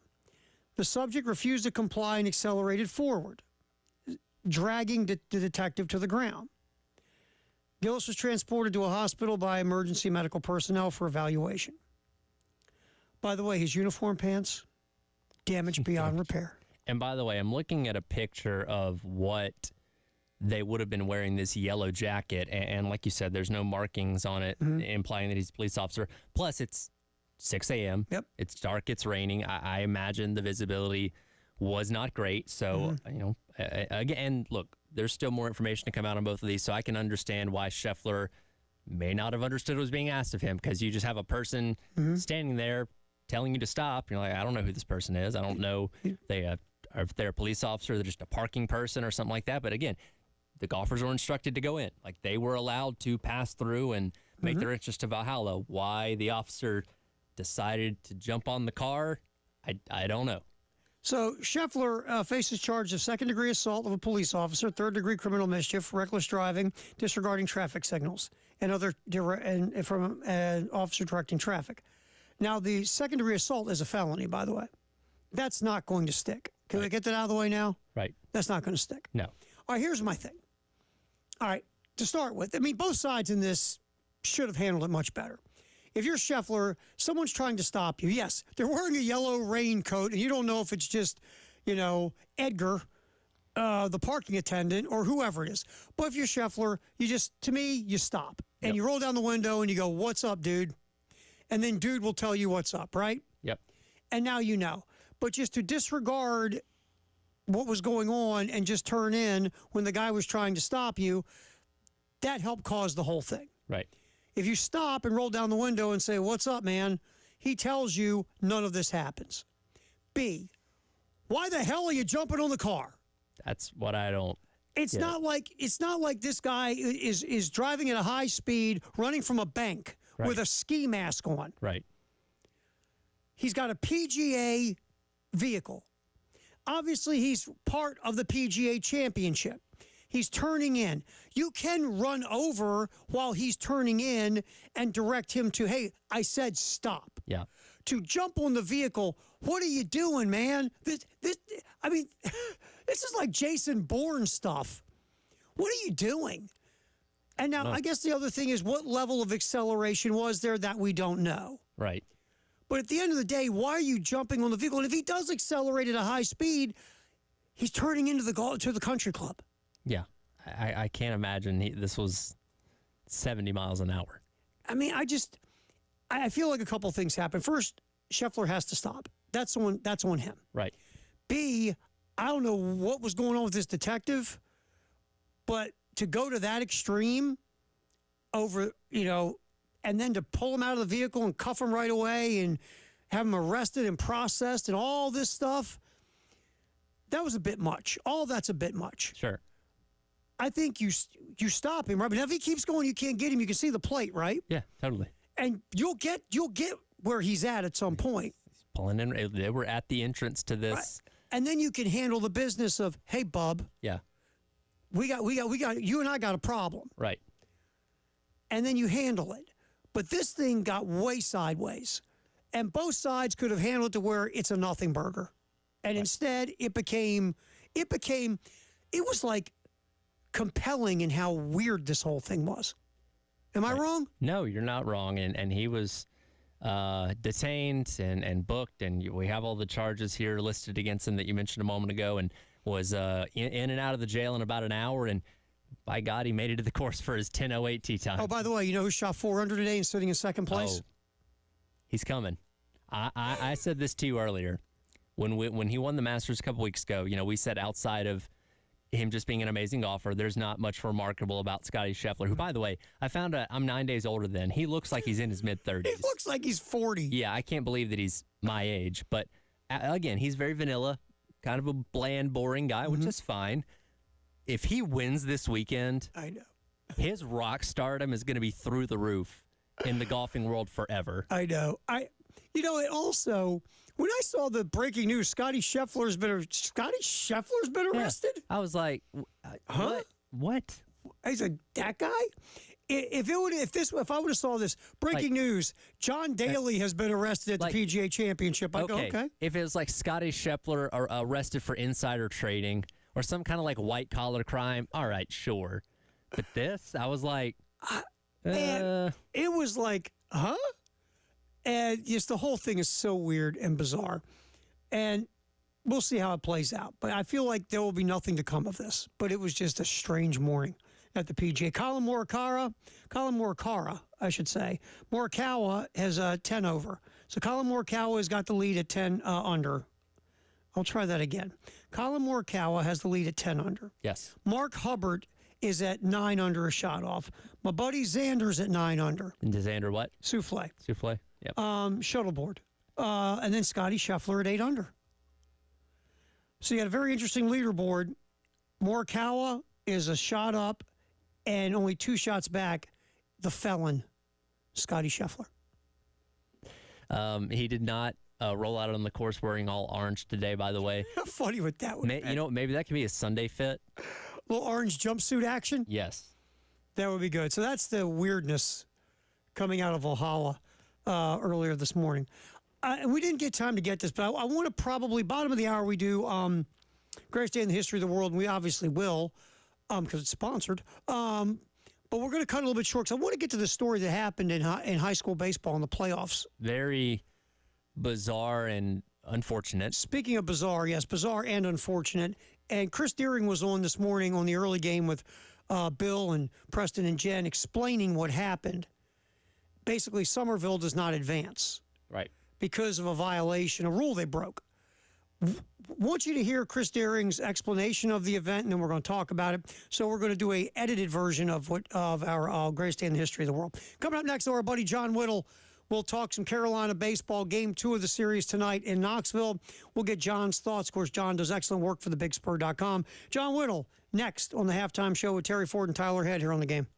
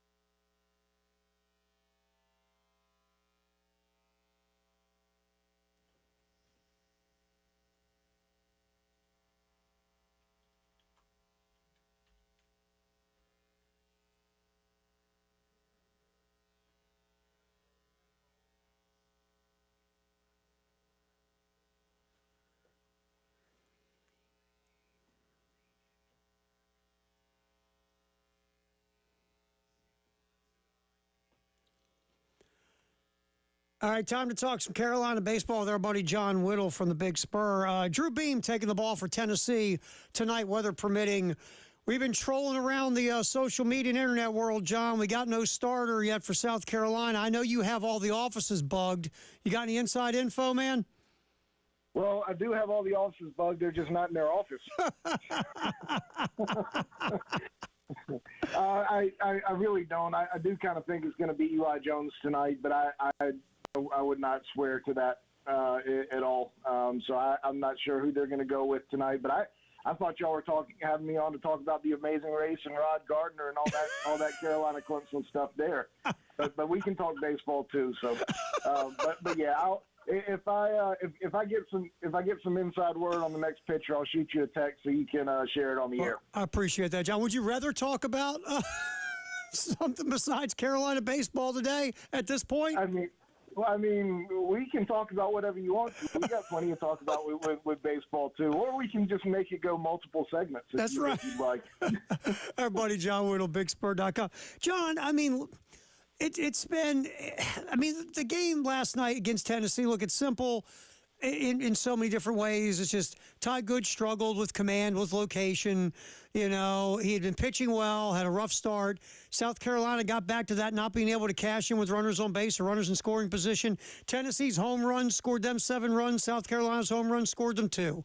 I mean, it's been kind of, it's almost like a microcosm of the season with some of the things that have hurt this team at times. Where's your mindset going into today when you look at this ball club? I mean, you watch some of last weekend and last night, and there's to me there's a little bit of bad body language going on right now. Some of these guys look a little bit defeated. That's not to say that they've given up, but they definitely look a little bit beaten down right now, and they've got to figure out a way to bounce back and win one of these next 2 games to pretty much assure itself of a spot in the NCAA tournament. But yeah, Tennessee's just a better team than South Carolina, and I mean, Ty Good has been better out of the bullpen than he has all year, and Tennessee's hit a lot of home runs. Christian Moore he should be in that conversation for SEC Player of the Year. His stats in SEC play are better, believe it or not, than Charlie Condon's and Jack Caglione's, and bottom line is Tennessee's just better than South Carolina right now. A lot better. Last night, only 3 runs for Carolina, 2 of those coming off solo home runs from Petri Messina, who, of course, are the 2 leaders when it comes to the offense on this team. Outside of those 2 guys, who needs to step up both tonight and through the rest of the series to get this offense in gear? To be honest with you, I think it's more about coming through in a big spot.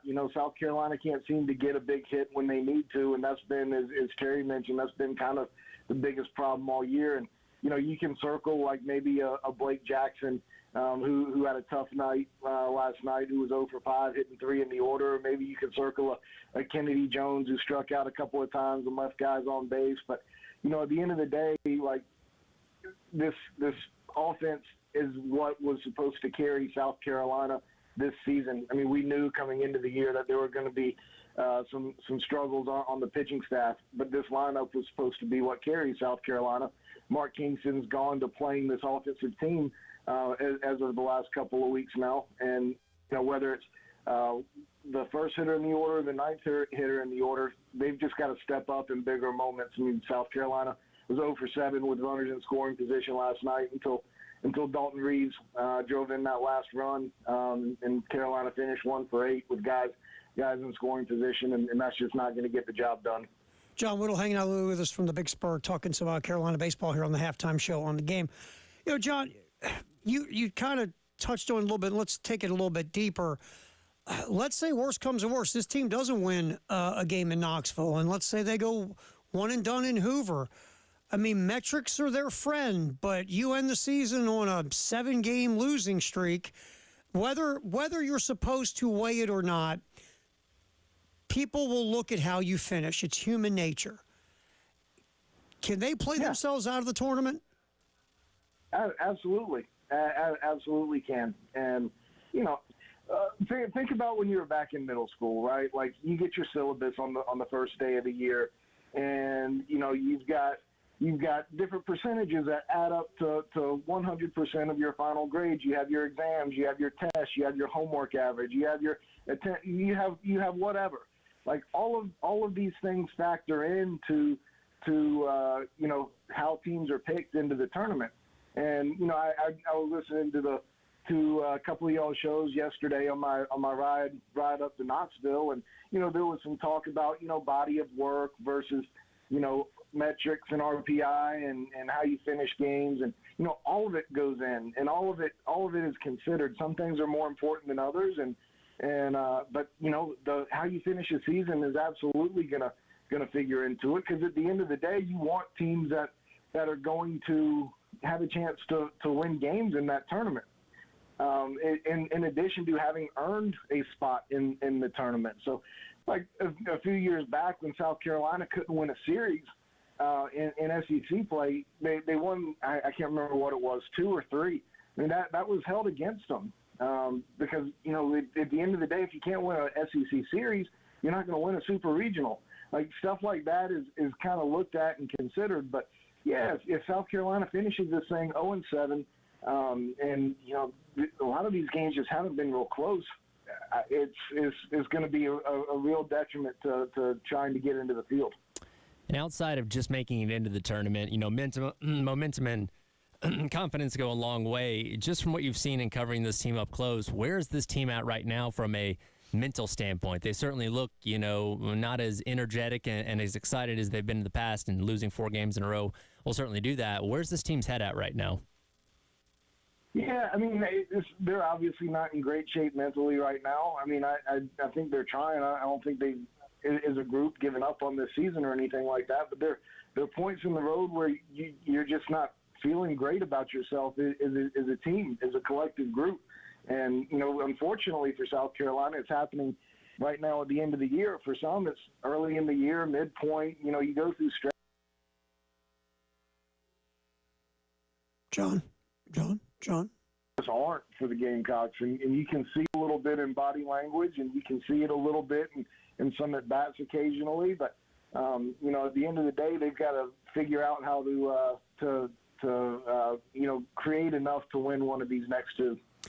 Hey, John, I mean, obviously, if this thing does go sideways, that would be a very disappointing season.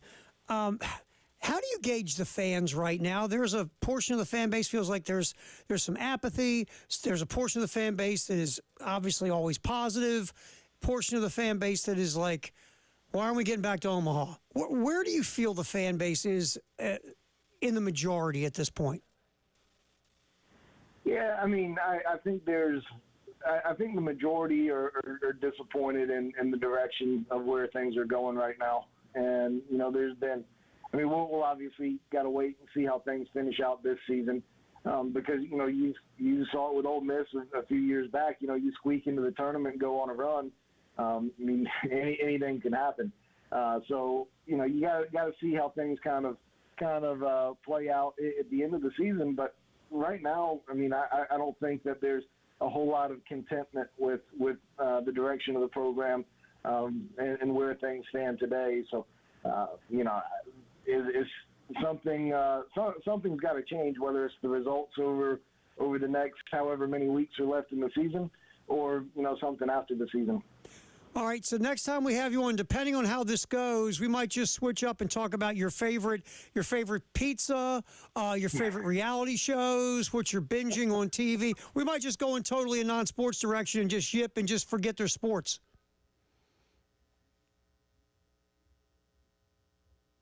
I think we lost him. Well, you ran him off, Terry. I did. I think we lost John. John Whittle with us for the Big Spur. We always appreciate John and his thoughts. And we'll get back in here. Greatest day in the history of the world. And we want to get to this story about what happened with Somerville and Ashley Ridge. This is a very again, it's a rule got broken. It cost the team a trip to the States, I guess, or it's just it's very interesting. We'll get to it and the greatest day in the history of the world next. Halftime show. Terry Ford, Tyler Head here on The Game.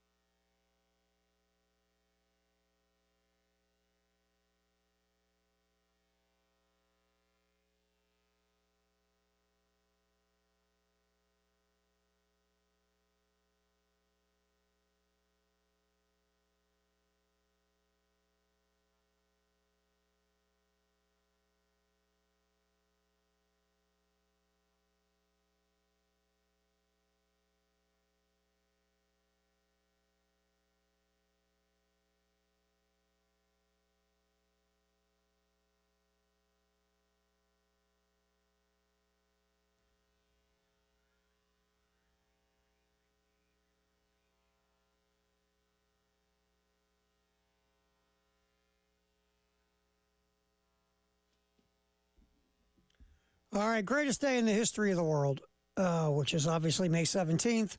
On this day in 2020, Tyler, Michael Jordan's autographed Air Nike 1 trainers from 1985 sold for a record $560,000. Said 4 years ago? Yep. Well, we were all sitting around locked in our homes, so good time to trade shoes online. I don't ever, but people love this stuff. They love memorabilia. Sure. That's fine. I'm not a memorabilia dude. It's not my bag. But $560,000 for a pair of worn shoes from 1985. The most I've ever spent on a piece of memorabilia or merch is about $80. And that's about as far as I'm willing to go. I will not, if I break the 3-digit mark, it's got to be worth it to me. And I don't know, like having a piece of something Jordan had, that's cool. Mm-hmm. But, and I'm assuming this person is very affluent, very well off. But man, sinking that much into some shoes. Think about how much dough you have to be worth to drop over $500,000 on Michael Jordan's 1985 kicks. Now, do you get a certificate of authenticity? I guess. Yeah. Yeah. Like, are you sure he actually wore these? What they did at this auction is they smelled the shoes and then smelled Michael Jordan's feet. Oh, okay. And it matched. Because, like, if I'm going to be pet, like, I'm going to need some, like, DNA evidence. Yeah. You know what I mean? Like, you're spending that kind of coin? Oh, it's crazy. I want to be sure. Yeah, well, and like, okay, here's the thing. Are you showing this to people? Like, is this on display in your house? In your living room? Like, we don't have a TV. We don't have a couch. Like, we just have Jordan shoes on the mantelpiece. It's either a guy who's just a memorabilia freak or a Jordan freak. Sure. And if you're a Jordan freak, look, I'm an MJ guy, but if you're so freaky on Michael Jordan that you go get these shoes for $560,000, that's almost creepy. Could you imagine being that guy's kid? Like, Dad, I got an A on my book report. Think maybe we could put that on the mantle? No, only Jordan shoes. That's right. I got my doctorate. I'm a doctor. Not good enough. Doesn't matter. Jordan shoes. Jordan shoes. That's crazy. Did you dust Jordan shoes today? Don't bump Jordan shoes. There's no negative energy around Jordan shoes. Be happy when you're near them. Or like when you touch the rock at Clemson or you touch the thing at Notre Dame when you're coming in. Every day you come in the house, you touch Jordan shoes. That's right. 1979, Dave Kingman of the Cubs hits 3 home runs. Mike Schmidt hits 2. This game, I remember seeing highlights of this game. The Phillies beat the Cubs 23-22 in 10 innings at Wrigley. 11 home runs in this game. The wind was blowing out, obviously, at Wrigley. How long did that game take? 17 hours. On this day in 1970, some guy named Hank Aaron, infield single, 3,000th hit against Wayne Simpson of the Cincinnati Reds. And finally, this day in 1969. Okay, so the AFL and NFL are going to merge. Yes. But they need some teams to go from the NFL to the AFL or the AFC. Yes. So 3 teams agree. The Pittsburgh Steelers, the Baltimore Colts, and the Cleveland Browns. They agree to move to the what is now called the AFC from the NFL. Obviously, they got paid to do it. Yes. But those 3 teams were NFL teams. Mm-hmm. And they just moved over to make the numbers matter. Right. So that was this day in 1969 where those teams, and by the way, all those teams now are in the AFC North. That is correct. Which is kind of interesting. All right, that's the greatest day in the history of the world, sponsored by 1-800-GOT-JUNK. All right, Somerville and Ashley Ridge playing a playoff game. Somerville... I believe, it's not the state championship, is it? I wouldn't say, no, they were going to go, the winner of this game went to play for the state championship. Okay, all right, so semifinals. And chaos ensued. Somerville got the win 6-4. They dogpile, and then things kind of go sideways and sad in some ways as well. The guy to explain this the best is our high school guru, our guy, Chris Deering. And he was on the early game with Bill and Preston and Jen, and he gives the explanation of what happened between Somerville and Ashley Ridge. Somerville defeated Ashley Ridge 6-4 last night on the field in 8 innings to claim the lower state championship. But there was a pitching technicality discovered during the course of the game, and the coaches have to sign off at the end of each game with the pitch count for everybody. And, I'm just going to read you the rule from the South Carolina High School League. And this is not just the high school league. This is pretty much universal. I know it was the situation. I was at Cardinal Newman last night.